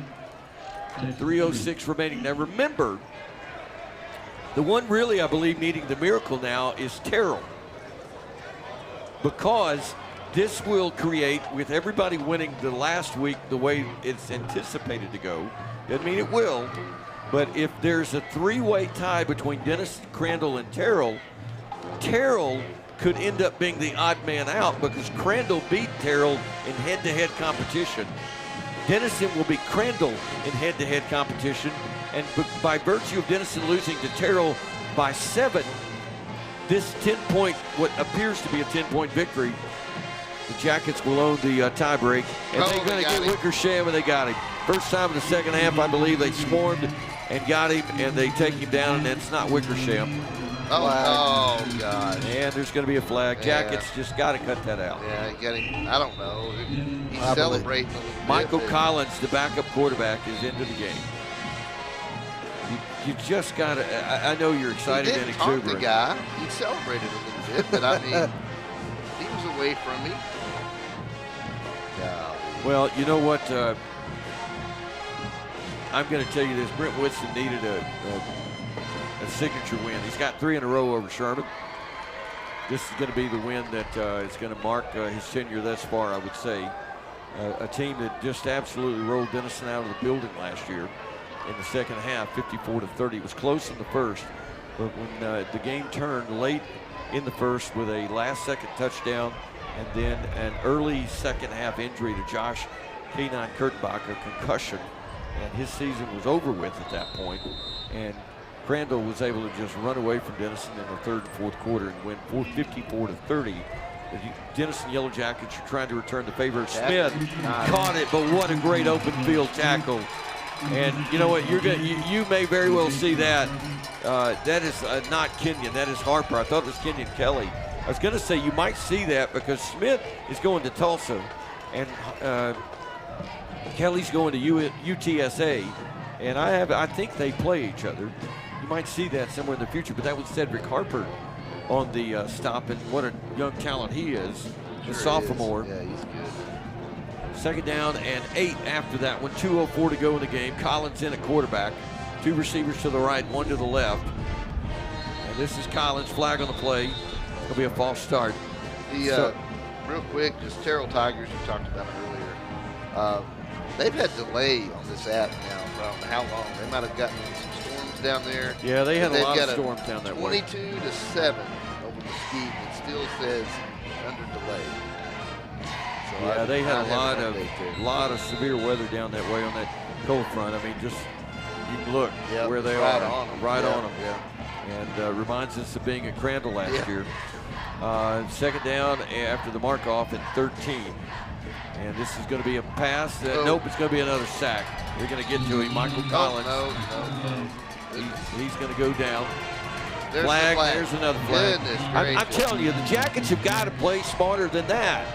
I know this isn't going to cost them now, but you can't get into week 11 and do these kind of things. You keep kind of celebrating, and listen, and they're looking at it as like a target. Brent Whitson was not a happy camper off the record when when I recorded a show in his office about the penalties. He is very. Let's put that on Crandall. Okay. All right, Lynn, back off the throttle. Well, I mean, I think they just didn't see the other part. So I guess not. Well, I saw the Yellow Jacket players celebrating, like you said, and I thought that they were getting him for taunting, is what I thought. Yeah, I did too. But Pete, I'm wrong. I'm wrong. You got to call Pete, it off, Pete. I know you know favorite Halloween costume. When I was a kid, I liked to go as Captain Pete Maverick Mitchell. That was my favorite Halloween costume. No. Why's it got to be no? Because that was his favorite, Pete. Yeah, well, as a kid? What was your favorite? Yeah, Top Gun Maverick didn't come out until I was an old Exactly. Old guy. Yeah. That's my point. So all those Ben Cooper costumes. Remember, we used to roll into Ben Franklin. They'd be all lined up. It was awesome. So I mean, Darth Vader in 1977. You know what my favorite? Was good. I'll tell you mine in just a minute. 120, and we're beginning to count this down. The Jackets are going to win. And this is going to be Collins. He's going to throw in the run. It's going to be incomplete. And that's going to be 4th down and a long way. So they will. Another flag. I'm not joking either. We're never going to get out of here. No, we're not. It's 10:30. 1:14 remaining. So my favorite costume was the Peanuts, the ghost with all the holes in it, and I Got a Rock, Pigpen. That was mine. I Got a Rock. Oh, the Peanuts. Yeah, Charlie Brown. Yeah, you remember Pigpen? Yeah, Pigpen. You remember he would have the multi-holes in the deal? That was Charlie Brown that did that because he said he had made a mistake when he was cutting it. Okay, so, all right. Well, I just watched that like 3 days ago, so I'm up to speed. Well, you and my son Will thinks his favorite thing to watch in the world are Charlie Brown, Halloween, or It's a Great Pumpkin. Yep. Charlie Brown Thanksgiving and Charlie Brown Christmas. I'm with them. That's a great trio. Here come the Yellow Jackets. Another flag. Another flag. That one's false start. Do they get paid in bulk by bulk flags tonight? What did we set the over-under at tonight, Jeff? Yeah. Oh, we're not supposed to wager. Sorry. Yeah. No, we didn't say that. No. Kyle, what was your costume? Marking these Well, pegs on? You mentioned Superman. I think I do remember a Superman year. All right. Okay, so I meant to do this earlier, fellas. Here you go. What? Here you go. You know what? I can't eat those. Well, happy Halloween. Happy I'll Halloween. Take his. Yeah, I'll take his. Three Musketeers. I brought Halloween candy tonight. We're going to talk about it. Here's what a gross. That's Smith. No, check. It's not Smith. What a tackle from behind. That was who was that in the game? That was Jeremiah Douglas. Boy, they just got good-looking receivers all over the place. Pete brought his wife, the lovely Mrs. Dion. Man, I'm telling you, that dessert tonight, that was some kind of something. It was dirt. Dirt dessert. That's right. I'm glad you guys liked it. I told her she was happy. I'm telling you, Mrs. Dion, you can cook for us anytime. Here's Collins throwing, picked off nearly. Well, it was actually, I thought the linebacker running forward had picked it. Well, he fell right back in his lap. But it was dropped or hit from behind, and we're unraveling right now with 34 seconds to go. Can you tell we're excited? The Jackets are going to win their fifth game of the year. There's a little bit of something going on that kind of intrigues me. Now, the Jackets are sitting in the house on these plays, these last few plays, and it's because they're still throwing the football. Well, they got their backup quarterback. Yeah, but they're just saying, run the football. Second and 14, final play of the game, 13 seconds. Collins has it, play fake, sets up, wants to throw. And how about this? A sack to end the game. They will sack him behind the line of scrimmage. The clock runs to 3, 2, 1, triple zeros. And Brent Whitson has his biggest win, non-Sherman, in his years here at Denison High School, as they pull the mild upset. I don't think it's a shocker the way that beating a Melissa or Lovejoy would, but I don't think anyone outside the Metroplex thought that Crandall would lose tonight, and the Jackets dispatched them tonight with some expediency, roaring out to a 28-0 lead, having a few rough patches in the middle, a lot of unfortunate injuries that may take their toll down the stretch, but they win a huge game tonight. They not only won, check, they not only won by 6, check, they not only won by 10, check, yeah, they won 48-22, check. Yeah, they covered that about plenty. And the teams are exchanging pleasantries at the midfield stripe, and the Jackets will start thinking about practicing for week 11. They still have 4 quarters to negotiate a week from last night on Thursday night, November the 2nd, down at Mesquite Memorial Stadium, one of our favorite stadiums to go to. Let's get that flying saucer down there or something. What is that thing? It's the big antenna. It's huge. Denison has played some wonderful playoff games at Mesquite Memorial down through the years, some big ones, some huge ones. And they will play a big, huge game next week to get them to week 11. And we'll talk to what is undoubtedly a very excited Brent Whitson in just a moment. His coaches congratulated him. The players are actually seem kind of subdued, more so than I might have thought that they would. I think maybe because this game, the outcome seemed determined sometime a good while ago. But I'm going to tell you what, this is I don't know who the number 3 star of the game is. I think I do, but I guarantee you I know who the number 2 and the number 1 stars of the game are, if that gives you any hints. I'm not going to say it. I don't know who I like. Oh, I guarantee you, there's. I'll fight you on. I'll fight you on the number 1 star of the game. And Gail Bigelow will back me up. She's been texting me. Of course, her husband is a defensive coach, and she ought to be some kind of proud of her husband and her sons, who are coaching in the Denison ISD system. So Bigelow gets the award? Is that what you're saying? In a roundabout way, no. Oh. But they'll be happy. I don't think there's any doubt in my book who the number 1 star of the game is, and it's really the difference between last season and this season, really all the way around. And we talked about it all throughout. You can probably guess where I'm going. We'll save it for a few moments from now. But wow, what a win for Brent Whitson and the Denison Yellow Jackets. They are literally a mash unit. Hawkeye and BJ and Charles and Margaret and Klinger, they're all walking on the sidelines because this is literally a mash unit tonight. The last 2 or 3 weeks, it's more about who can go because half the team seems on the injury list, and yet the Jackets still found a way. They still found a way, and they got some more injuries to look at this next week. And I guess the lucky thing is, and you can't ever go to sleep on somebody, but you do have an opponent that hasn't won a ball game next week and can maybe get by with some folks that you haven't played and get some people filled up. That will certainly be the hope. Although I will, Mesquite Poteet, winless though they may be, I know, got still 500 yards of offense against these same Crandall Pirates. Pete Dion, very elated. Brent Whitson, he's finally making his way over after a lot of handshakes. Take it away. All right. Congratulations, Coach. That is a good football team on the other side, and we just came out winning by 26. Played really, really well. Probably the best performance in my 3 years here, considering what was on the line and what we needed to do and what we talked about. The one concern that we've been talking about this whole second half, and those injuries started piling up again. Looks like we had some kids go down again. Nah, they'll get well. That's what we do. You know, I got great trainers. We got a great team doc. Our kids know when they're injured, their job is get in the training room, get themselves well. So, and quite honestly, if next man up is an overused phrase, it couldn't be more appropriate.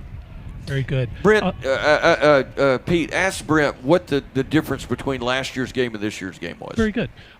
Lynn asked, what's the difference? What do you think the big difference is between last year's game and this year's game? We won. But, you know, quite honestly, Lynn, I think last year we got knocked off our rhythm by the delay, and then we just weren't very good at things we need to be good at. Tackling, you know, offensively finishing ball games, playing with a backup quarterback. I'll tell you what, man, I was just so tickled with the way the kids took every challenge that came at them tonight. They punched him in the mouth tonight. Very good. This was senior night tonight. Can you just kind of make a general statement about your senior class? We were kind of focusing on them tonight. So 29 kids that have reacted to 3 years of a lot of them have played quite a bit over 3 years, a couple of move-ins, but really they're Denison kids, and they got us, if we take care of business next week, they got us back where we belong. Very good. Thank you, Coach. Again, congratulations. All right, so Brent Whitson and the Yellow Jackets will enjoy this overnight. They will go back to work tomorrow. The coaches will. They'll look at film, and the players will. And then they will get to work in earnest.